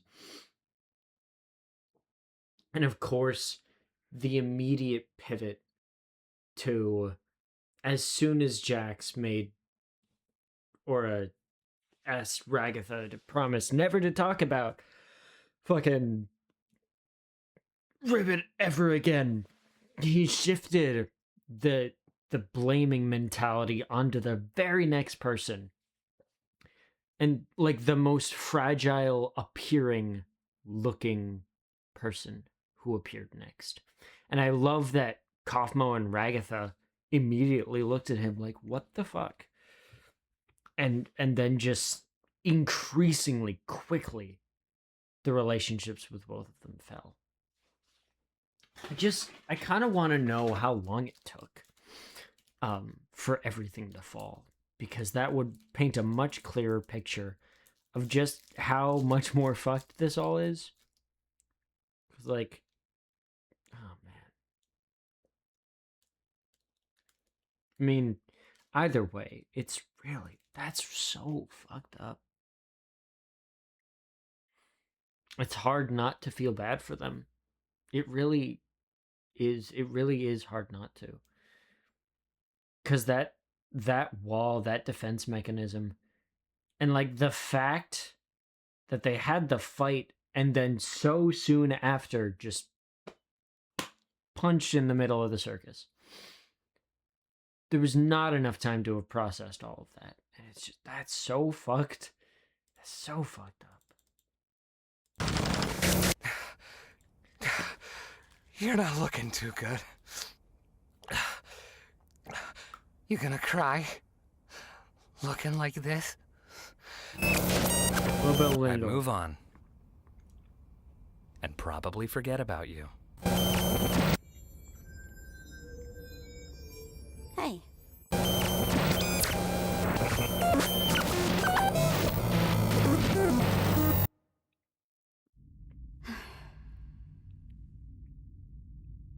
Whoa.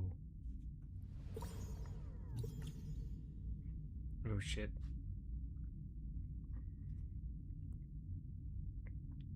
The last Jacks. I didn't know you could play the piano.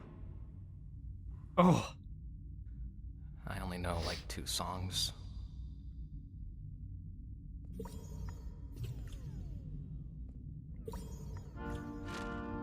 Why are you here?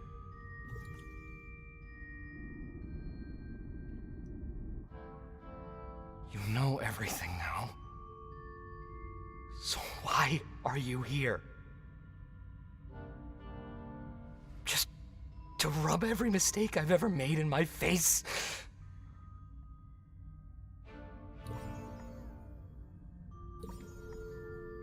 I'm a terrible person. Is that what you want me to say? I already know I am. So why does anybody still care about me? You're not supposed to care.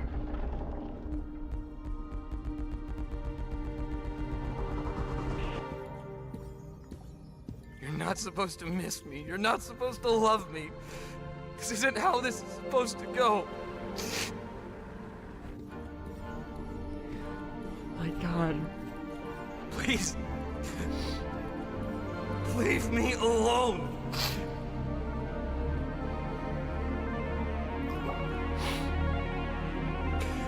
You're making this so much harder.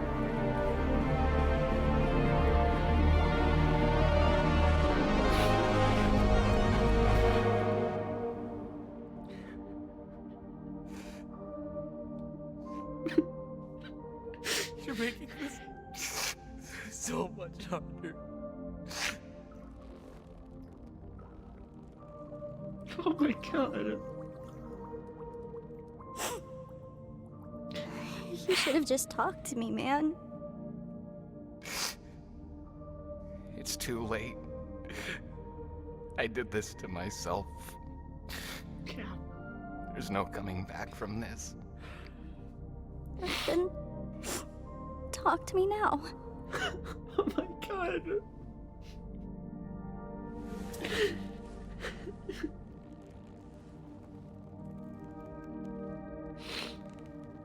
I hate you. You know that? Of course you fucking do. You always have to go and complicate things. It's what I do.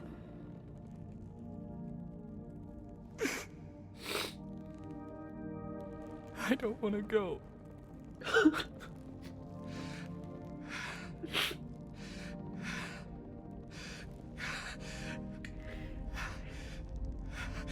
No.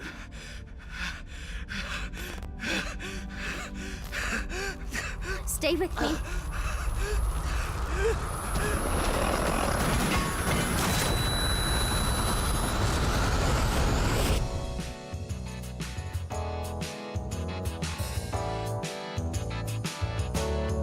Isn't she lovely? Isn't she wonderful? Isn't she precious? Less than 1 minute. Oh, I never thought that we'd be making one of these. Isn't she lovely,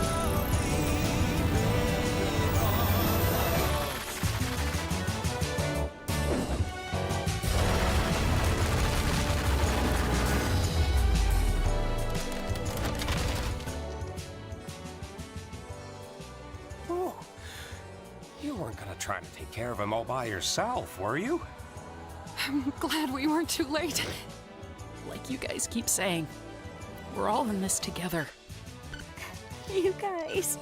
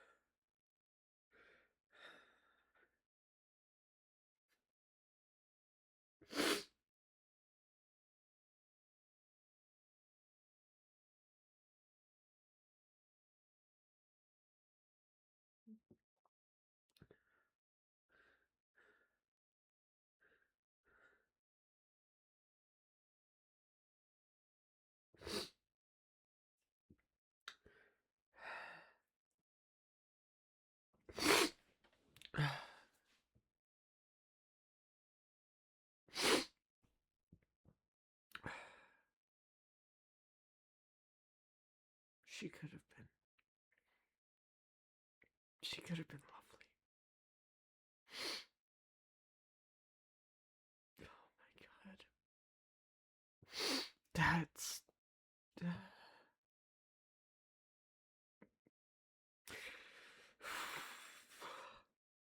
Fuck.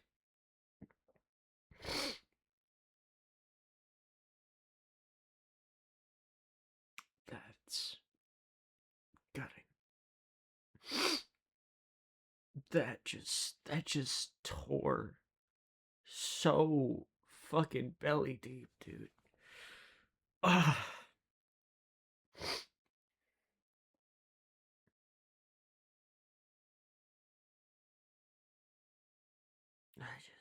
Oh my god. There's nothing I can say to.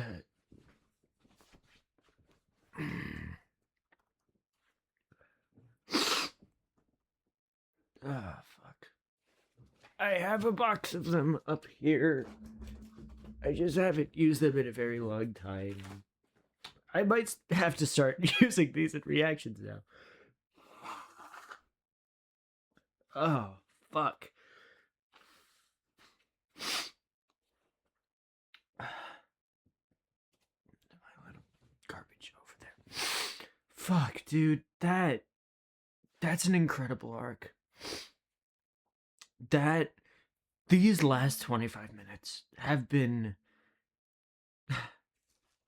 or the last 25 minutes of the episode, we've been sitting here like over this section has probably taken like an hour.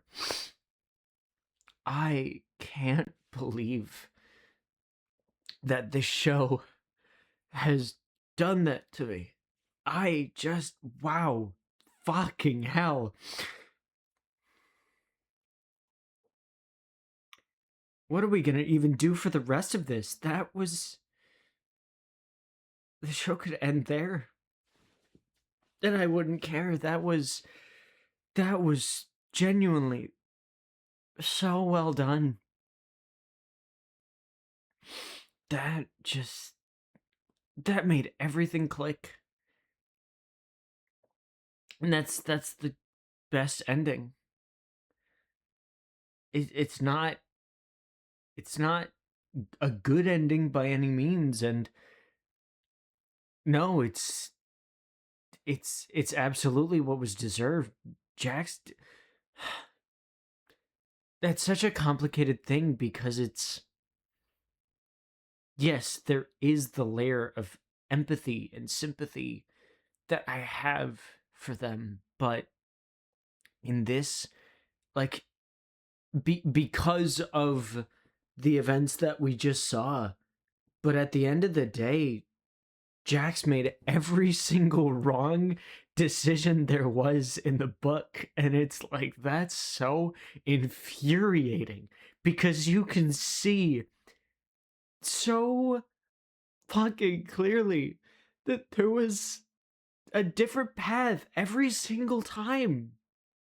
Every single fucking time there was another path for them to choose, and they just didn't. They just didn't take it. And it's so hard to really reconcile with the fact that this very damaged person every single time chose to just not heal, chose to just suppress it and shove it down, because every single time that they previously showed weakness, if you could call it that, or any sort of feeling, it was received with ridicule and hatred, and just you could it's explained so cleanly, but it still really really sucks, because you can see what could have come if the different decisions were made. You see exactly the kind of person that they would have been if that didn't happen. That's so devastating. Oh my god. That's so hard. That's really...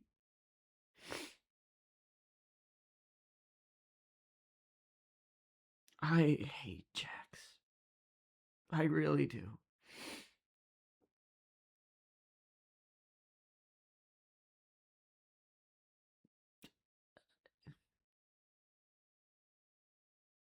But I wish we could see what she would have been.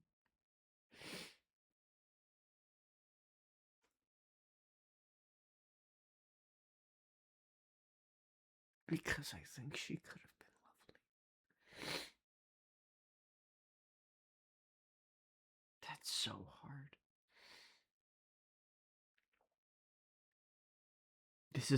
This is such a hard spot for me.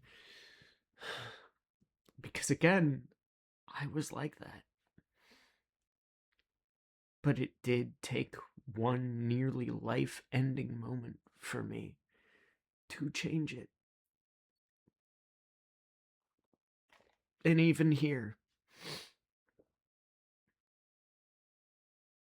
Tommy said, like, you could have just talked to me.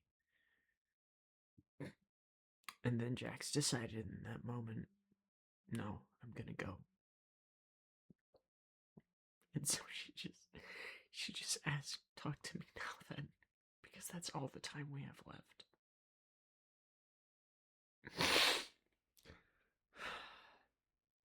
God, that's so fucking difficult. I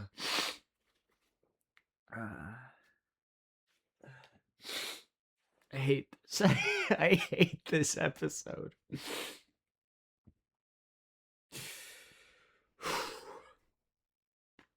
Okay. How the fuck is there over 20 minutes of this left? How?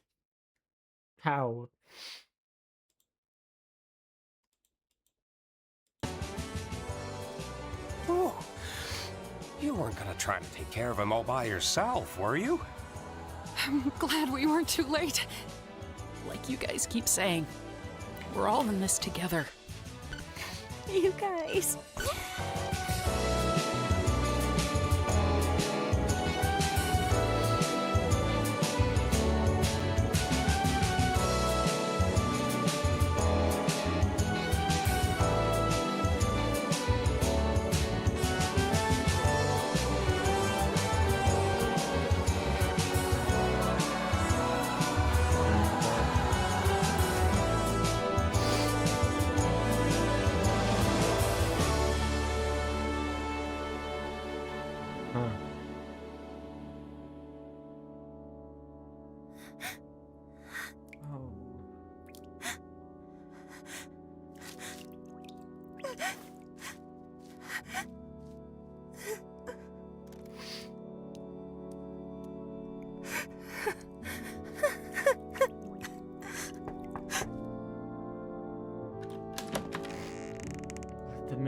Let them in. Don't let it keep going. Having a lot of complex thoughts.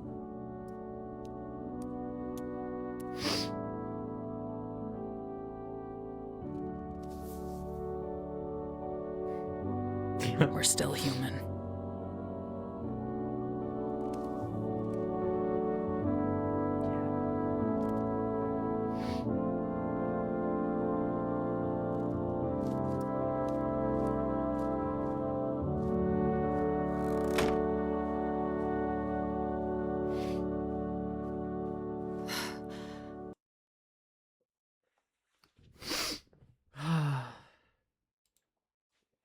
The show is incredible, dude. I don't know what to say. That this episode has been so masterfully done. I hate how much it's fucking with me. But this is just incredible. And there's still like 20 minutes left. What do we have? What do we have? What is left for this? What could there possibly be? Oh my god.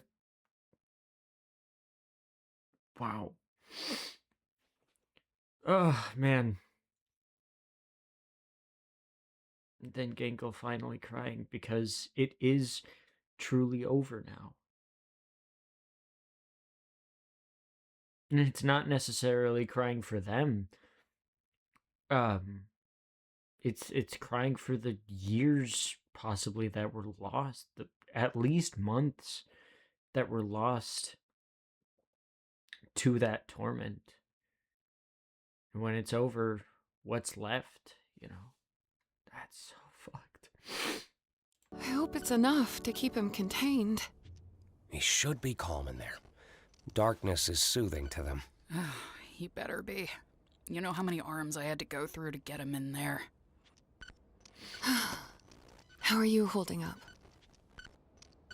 Doesn't that hurt? I've been through worse. Thank you for doing this. All of you. Hey, someone had to do something. Wow, is she just gonna be like that? And I noticed that the circus is better now. Like they've done good with repairing it.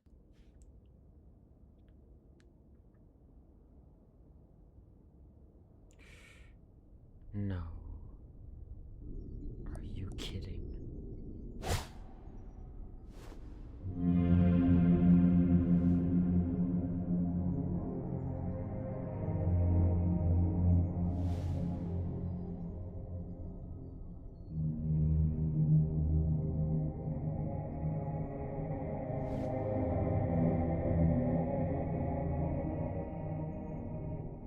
Was I truly that bad? Is this really what I deserve?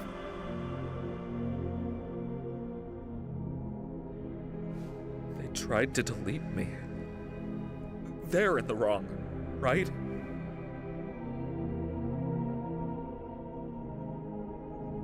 Did I ruin this? Again.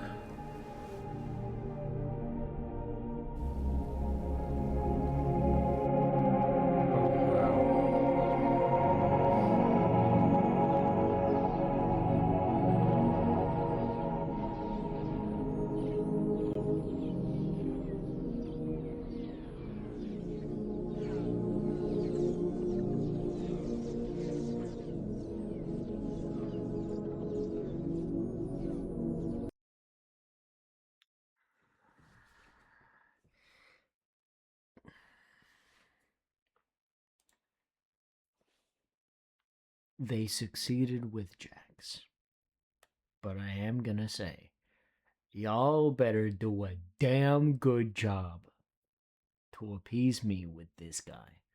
'Cause holy shit, last episode really, really changed my opinion of him. These next 20 minutes are gonna have to put in fucking work in order to make him get any reaction out of me but vitriol.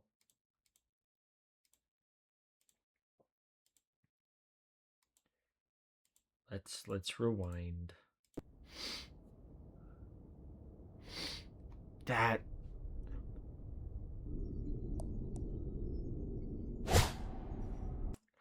interesting that functions as blinking.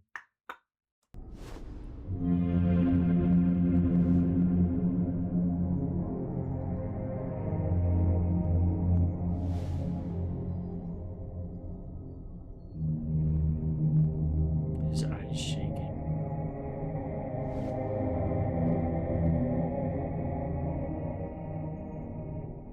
Was I truly that bad? Is this really what I deserve? Right now, to me, yes. They tried to delete me. They're in the wrong, right? And then the shaking stops and the self-awareness creeps in. But self-awareness isn't enough. It's action and it's change. Gradual change. You don't just come back. I've learned my lesson with that one.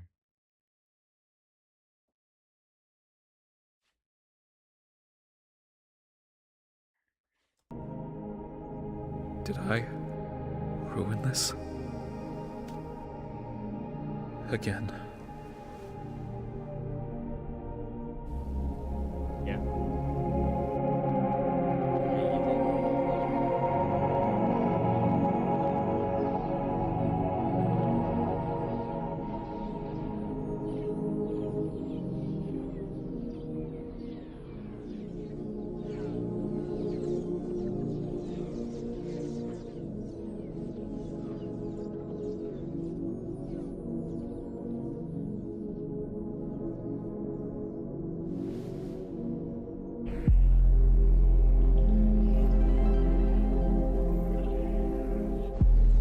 Newly formed Circus versus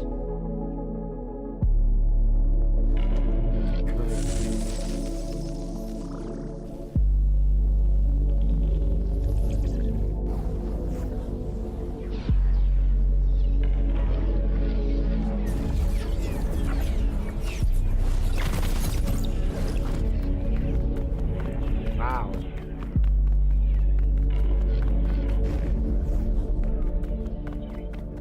Yeah.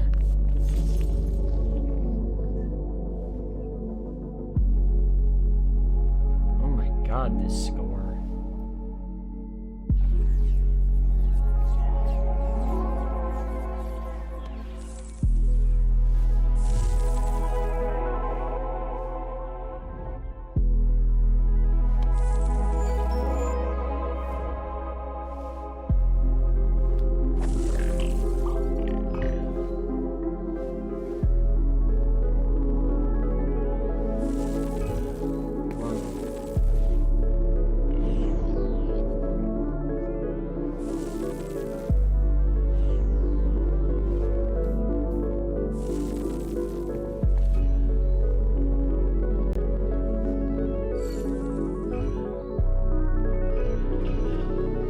Literally retracing his steps.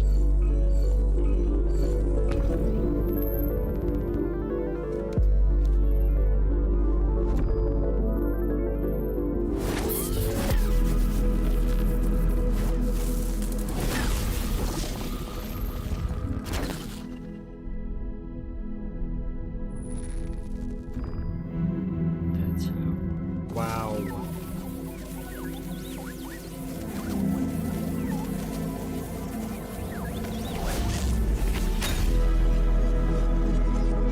Wow. I am in awe right now. I'm sorry. I probably didn't pause for like the last 5 minutes. What the fuck? This sequence is incredible. It's the lag of dialogue, especially with a character like Kane, who is just dialogue so far in this show. This is immaculately done. I'm sorry, I have to rewind like all of this bit. Cause just what the fuck?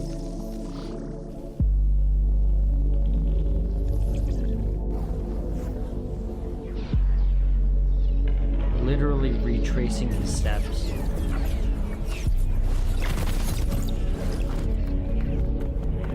Just getting back up and sprinting. Blue Street Cafe.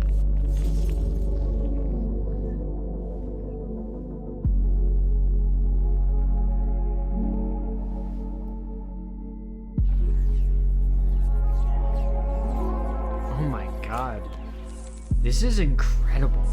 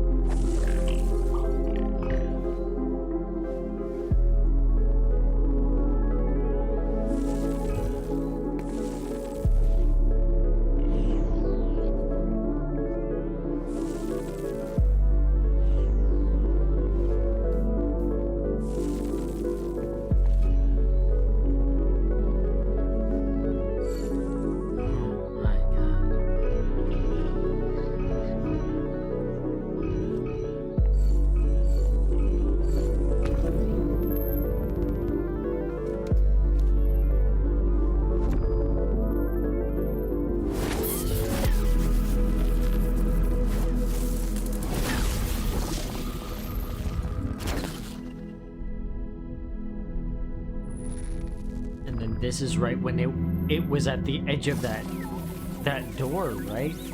Or the edge of the cage. This is how it broke through. This is how he broke through. And just this shot, that's so gorgeous.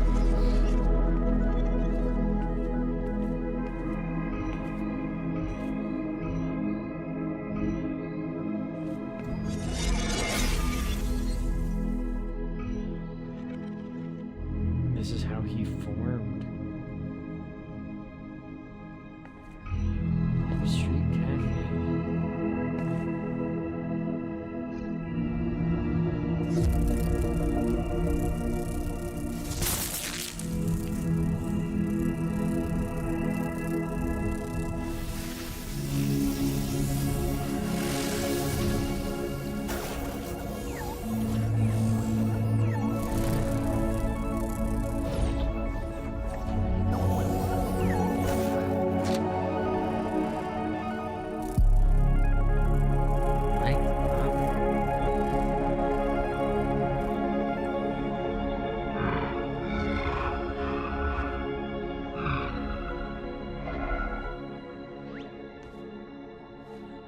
Oh, wow.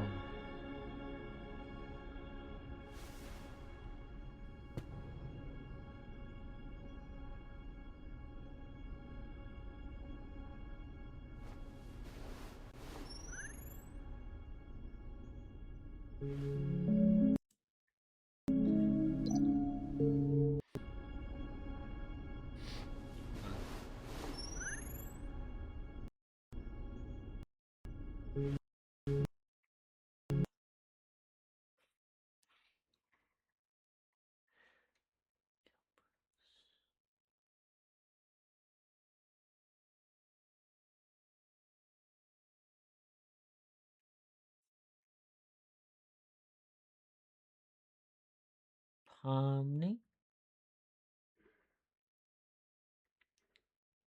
Ragatha, Gangle, Jax, Kinger, Zubul. These two are interchangeable, but I don't know for sure.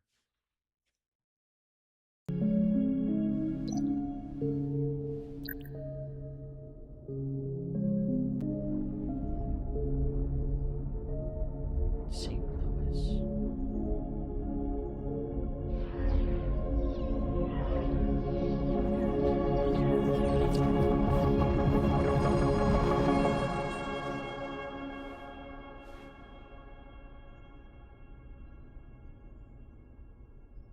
Wow, that parallel is beautiful.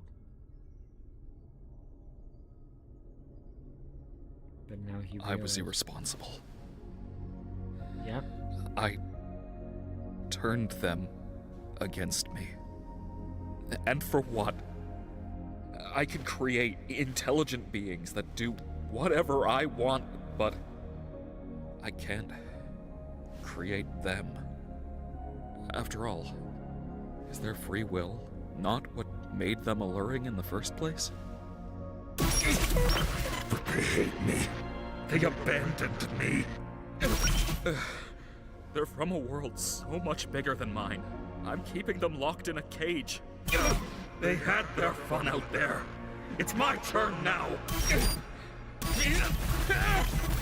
If I leave them unchecked, they could kill me. They already did.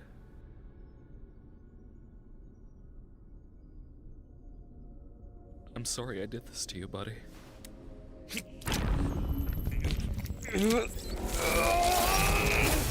Whoa.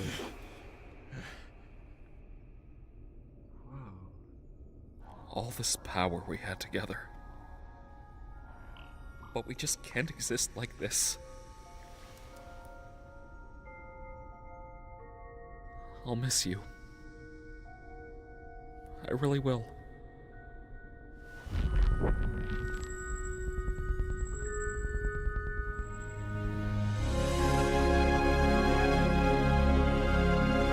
Whoa, the music.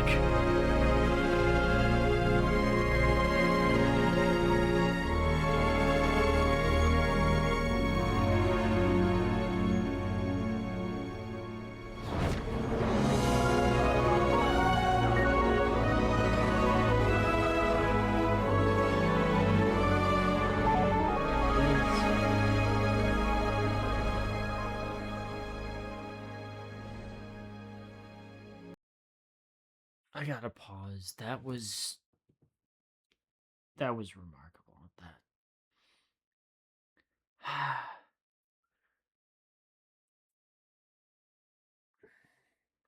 Wow. Okay.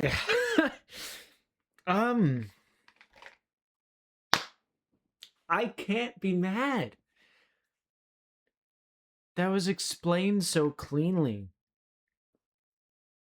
And it was as I thought. Bubble was the other AI. And then sending him off out into the void to do what we don't know. And honestly, I don't want to. It was Bubble that was causing. Like, Bubble was the blue. And he caused the clash of the personalities. The being that wants to create with the being that wants to subjugate. Wow. God, this show is really good. Oh, man. Like, we got to learn their names, too. Is the rest of this episode, like, I imagine there's going to be, like, a few minutes of credits, maybe 3 at most. So I imagine the next, like, 9 or so minutes are going to be, like, just kind of coping. I mean, like, figuring out what the end means for these two threads and how they come together to inform us what these characters do. Like, I never expected the finale to function this way. I didn't think it was going to be like a 2-pronged arc conclusion plus final notes, because that's what this is. It began with like the starting point of like where we go from here after Kane, and then like the Jax arc conclusion, now the Kane arc conclusion, and that's been a running thread since like episode 3 or actually I think like Kane's arc has been like throughout the entire show, but Jax's has been since episode 3.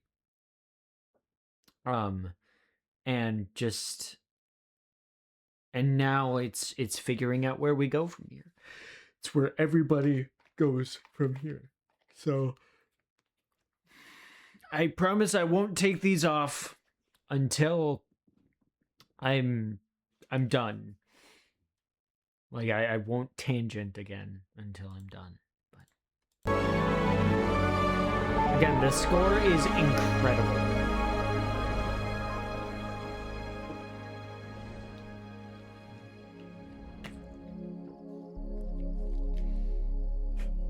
Hi, Kane. The moon. I don't know if I'm ready to face them again. I don't know if I deserve to be forgiven. It may take time, but all good things do. I still love you. You know, I never programmed you to say you loved me. I know.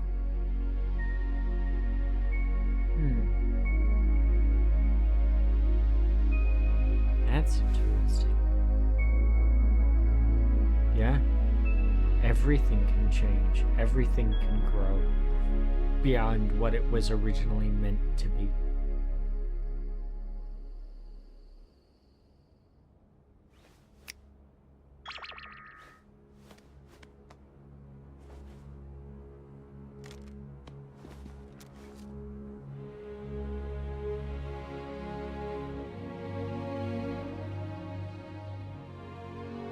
Yeah.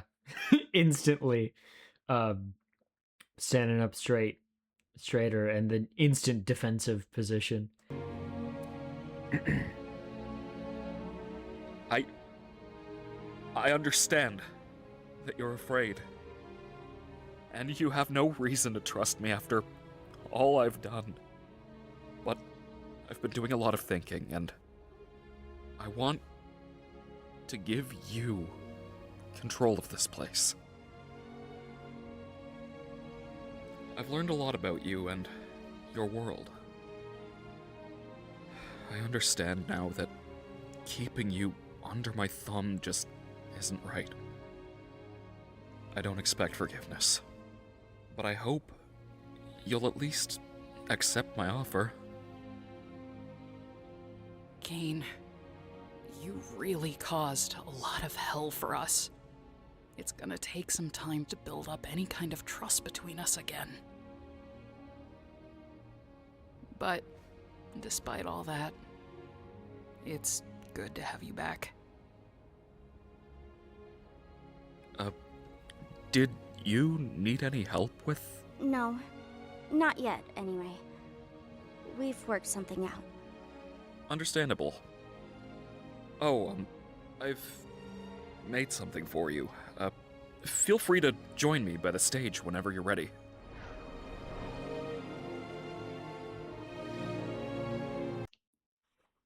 Yeah.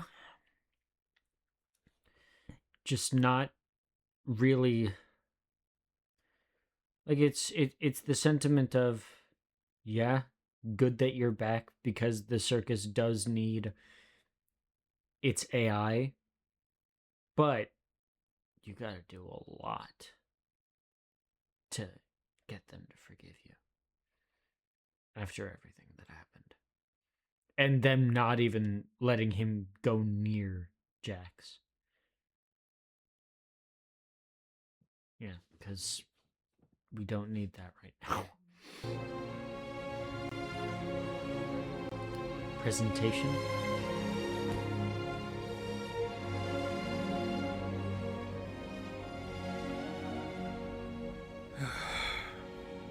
No more secrets. No more mind games.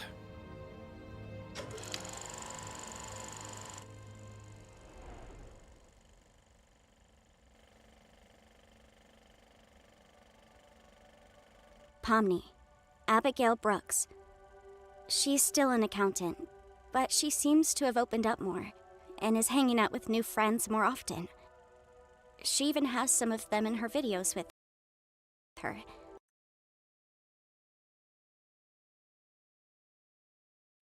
$6.3K. Nobody really watched them. Well, that's more than I got. It's more than me. Which the old YouTube UI, by the way, looked so good. she still posts on occasion. 2017. Yeah. Yeah, pre-pandemic. Dogs.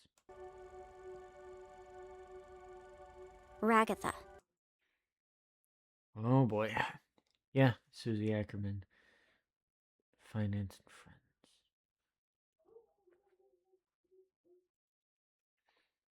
A lot of them. Me and my girl Daisy Bell are pretty gosh darn good. You do know me. Hold on. Alrighty, I'm back. My bad, gang. I had to go get the dogs and I had to use the bathroom, and then it turned into me getting food for myself, and I've actually been gone over an hour. So I had that pause for over an hour. So I'm gonna rewind back this whole scene.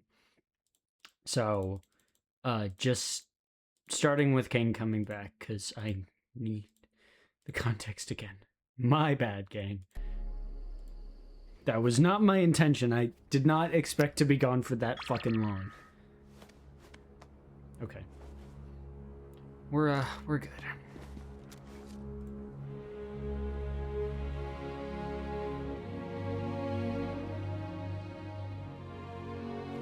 I still love that. I understand that you're afraid.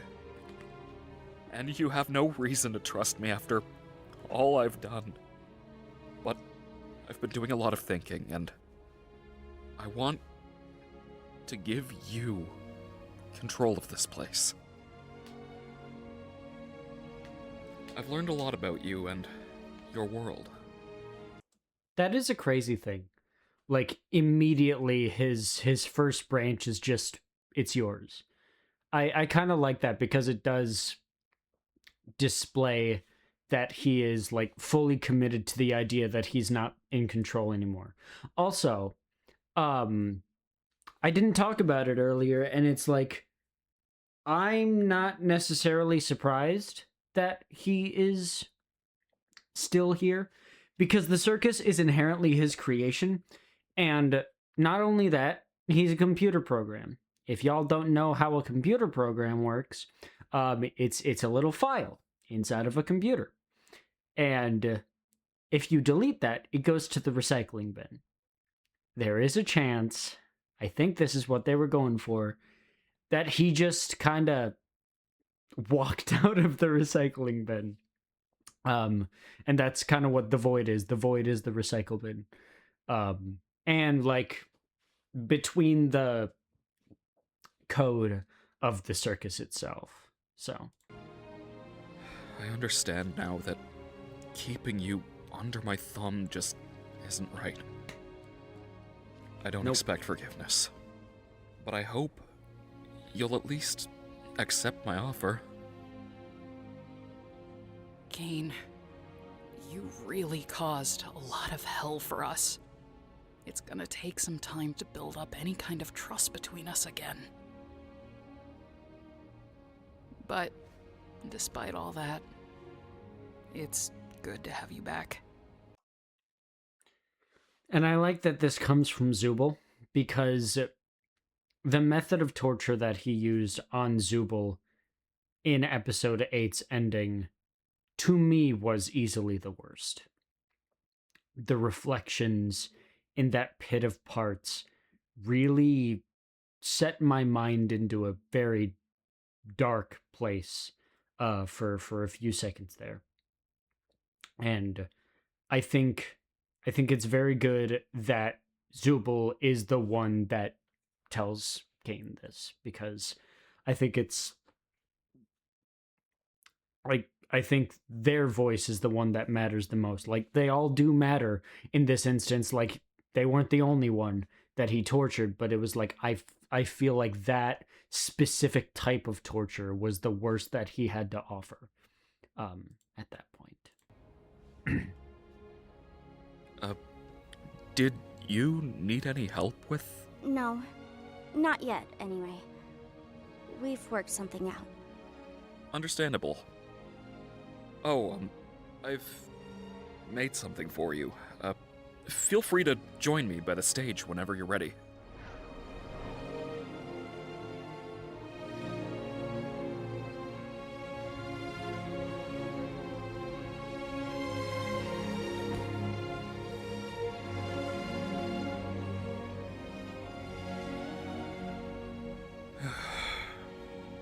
No more secrets. No more mind games.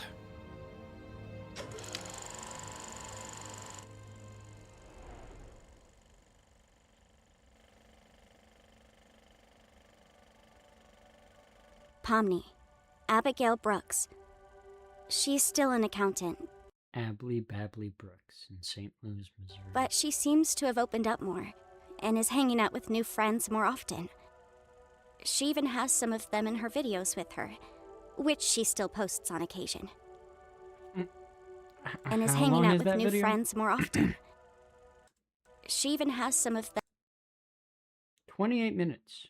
I mean, for an edited, like, vlog video, like, going around a abandoned building, that's not, like, that takes some good editing, and Them in her videos with her, I which respect she it. still posts on occasion. And again, like 6.3 thousand views, that's not nobody. That's more than, I'd say that's more than like 99.9% of all channels on YouTube don't get to 5,000. Ragatha.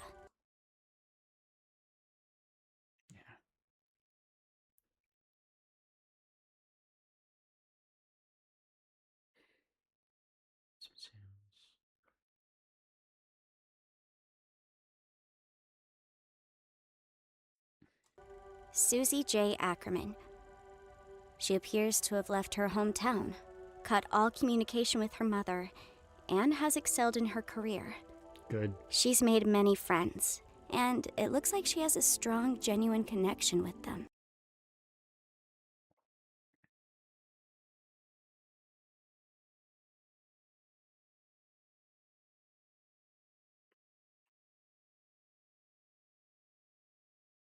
Yeah.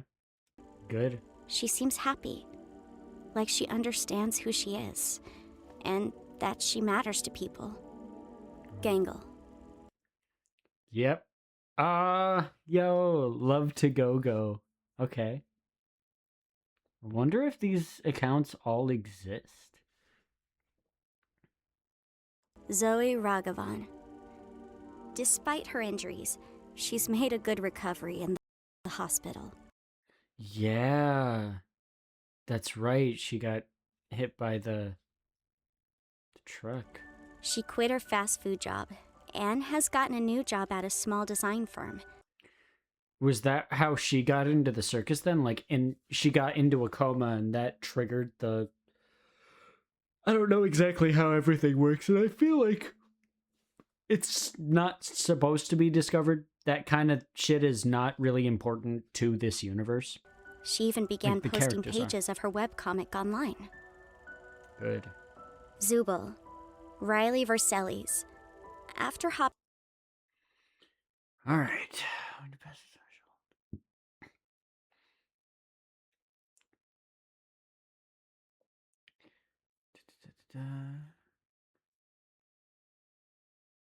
Lone pink triangle. Constant flow of regulars. First and foremost, for local queer communities for being who they are. For Sally's, that it's just called the triangle.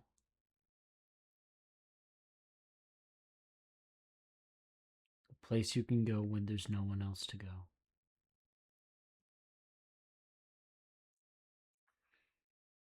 Wow, feeling welcome and being welcoming are the only price of admission. being That's around crazy. with different jobs, they look like they've settled a bit. Oh, they put a lot of effort into these.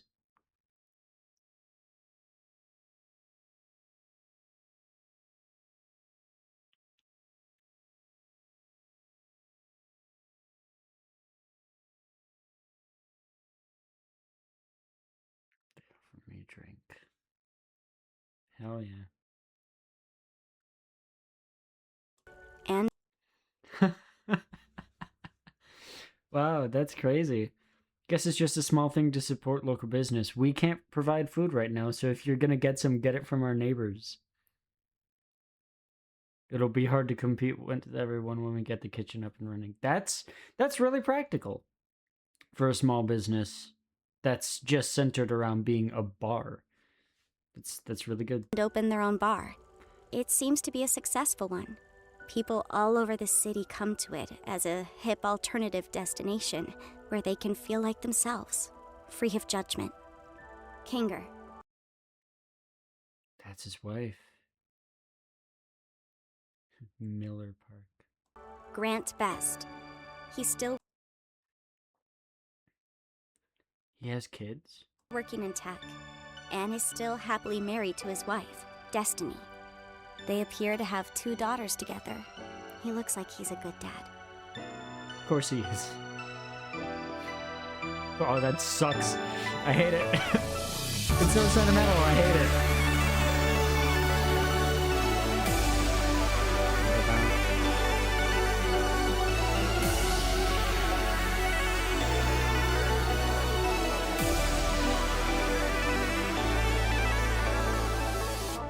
Jax. Leroy Mateo. After being unhoused for a few months, he was able to room with one of his close friends. He seems to have gotten a stable job and is able to pay rent. The salute is exactly what they do. He and his friends go out every now and again. Weirdly enough, a spot they seem to frequent is Riley's bar.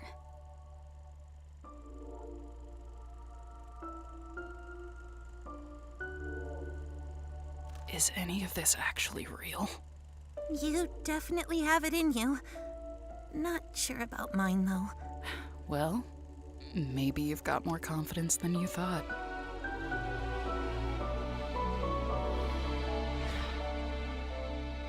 I don't quite have the same power that I used to, but I can still make this place better for you. I'm keeping the worlds open, so you can do what you want when you feel like it. We're gonna be able to build this place into something better. For all of you. What do you say, Abigail? That is gonna be weird. With all that being said and done, Abby is out there, living her best life. And here, I'm just Pomni.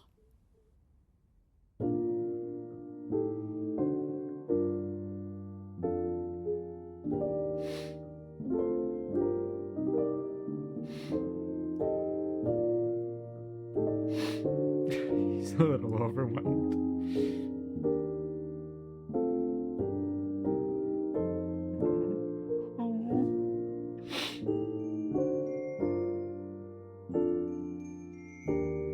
Oh, the motif.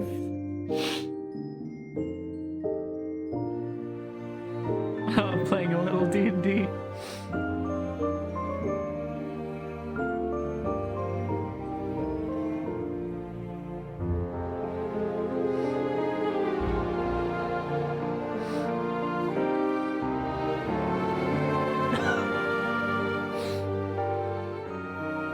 Oh shit!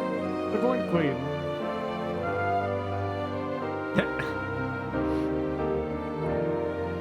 Oh.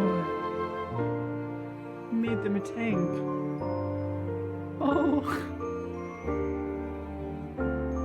Oh man. Oh fuck. Oh, come on, man.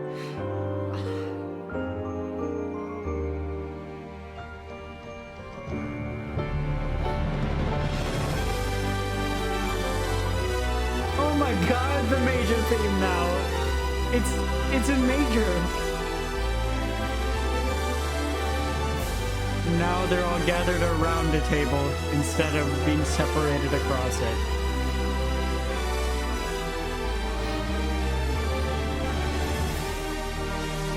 No way.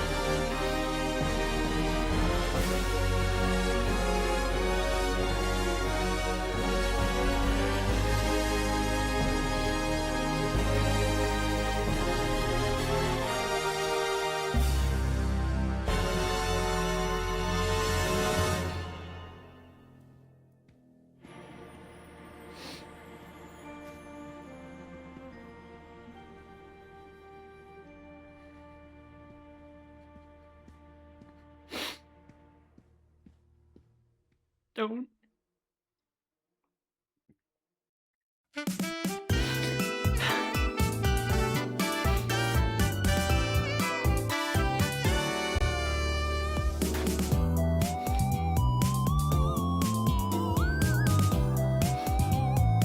Aaron was Kaufmo. Wow. I genuinely couldn't tell that was him. That's crazy.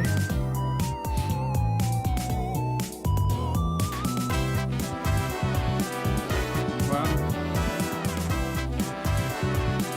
What a show.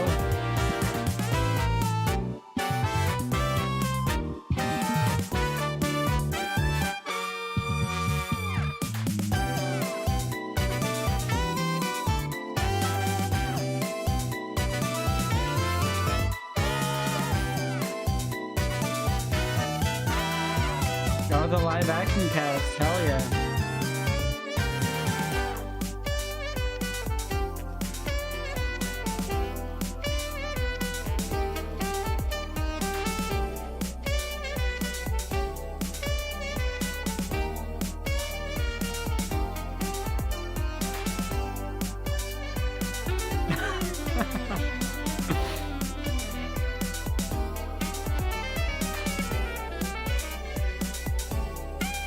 Completely by humans, as it should be. Keeping it in a box.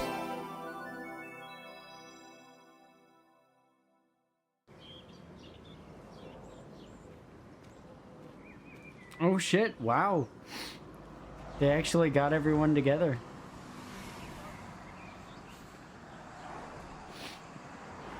Oh, you can immediately tell which ones are which of them.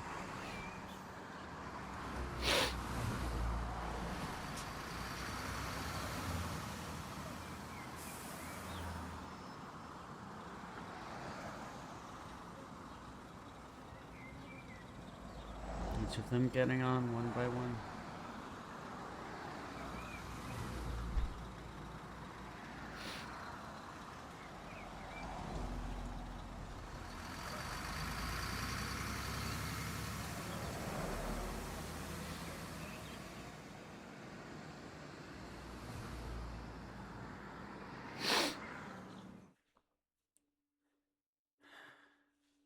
That's it. Oh, wow. Oh, wow. Dude.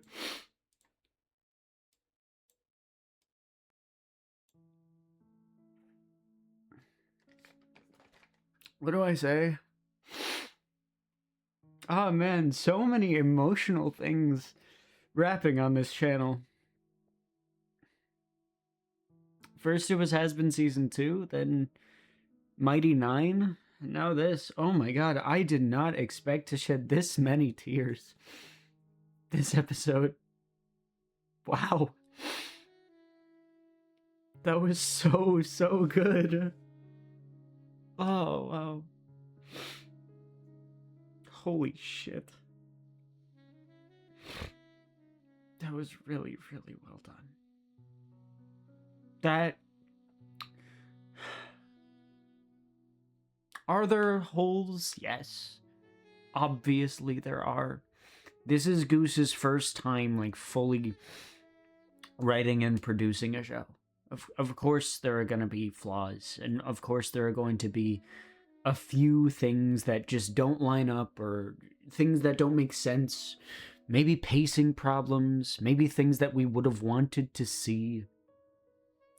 But on the whole, this was a really competently made show. This was very unexpected in a lot of places, and when I'm reminded of one of the Tumblr Q&As, and someone asked, what is like the main lesson you want people to take away from the show?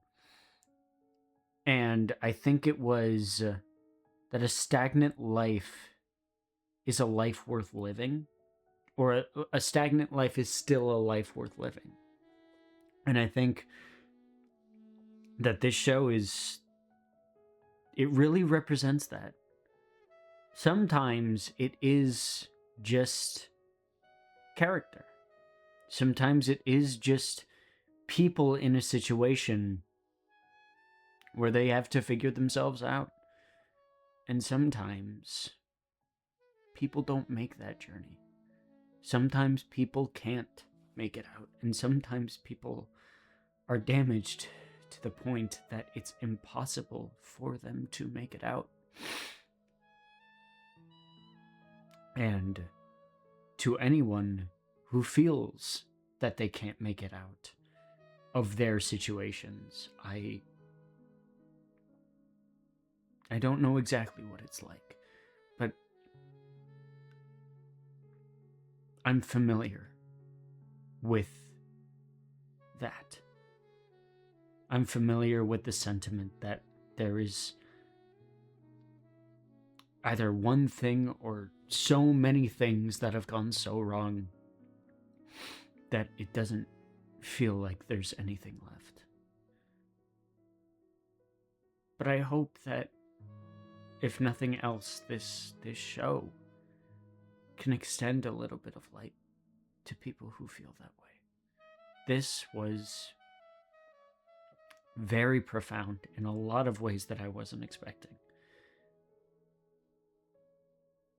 The characters are a lot more than I originally went into this show thinking they were going to be.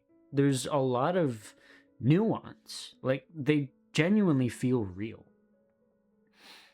And it again, despite my issues with some of the script in the more towards the beginning of this episode, I feel like much less time was dedicated to the opening, I'd say 12 minutes than anything else, because let me look at this again, because we have, yeah, I'd say like the opening, yeah, the opening about 12 minutes.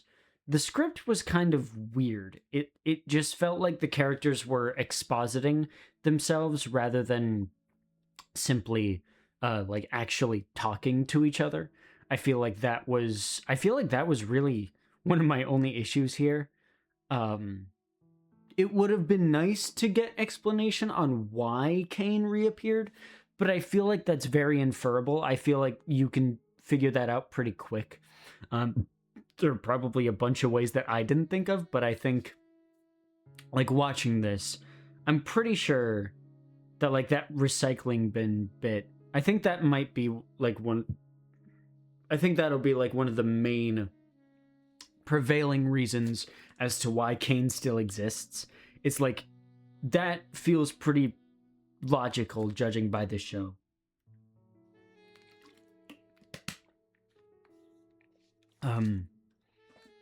And everybody's arcs wrapped around really well. Let's kind of break it down. If you guys want to see this, cool. If you don't, leave. Bye-bye. Kinger, his arc of really having nothing left after Queenie, and then finding bits of himself over the course of the show, and then Pomni as, I'd say, someone to pass on the mantle of, like, the knowledgeable one in the circus. I feel like that's his, like, that's the culmination of what he's about. And, you know, reuniting with everyone that he's lost in the aquarium, which that fucked me up. Because it's a way for him to communicate with them all again. Everyone to communicate with everyone again. Zubul learning to accept himself. That was wrapped up in episode 7, that arc. I mean, there was still lingering threads of it as it pertained to, like, their insecurity in episode 8, which Kane compounded upon. But overall, their arc was pretty solid. It was a very low-key arc fitting of the character. Ragatha and her caring too much, learning to actually see beyond what can be fixed and learning to accept what is. I feel like that's one of the arcs that feels a little underbaked.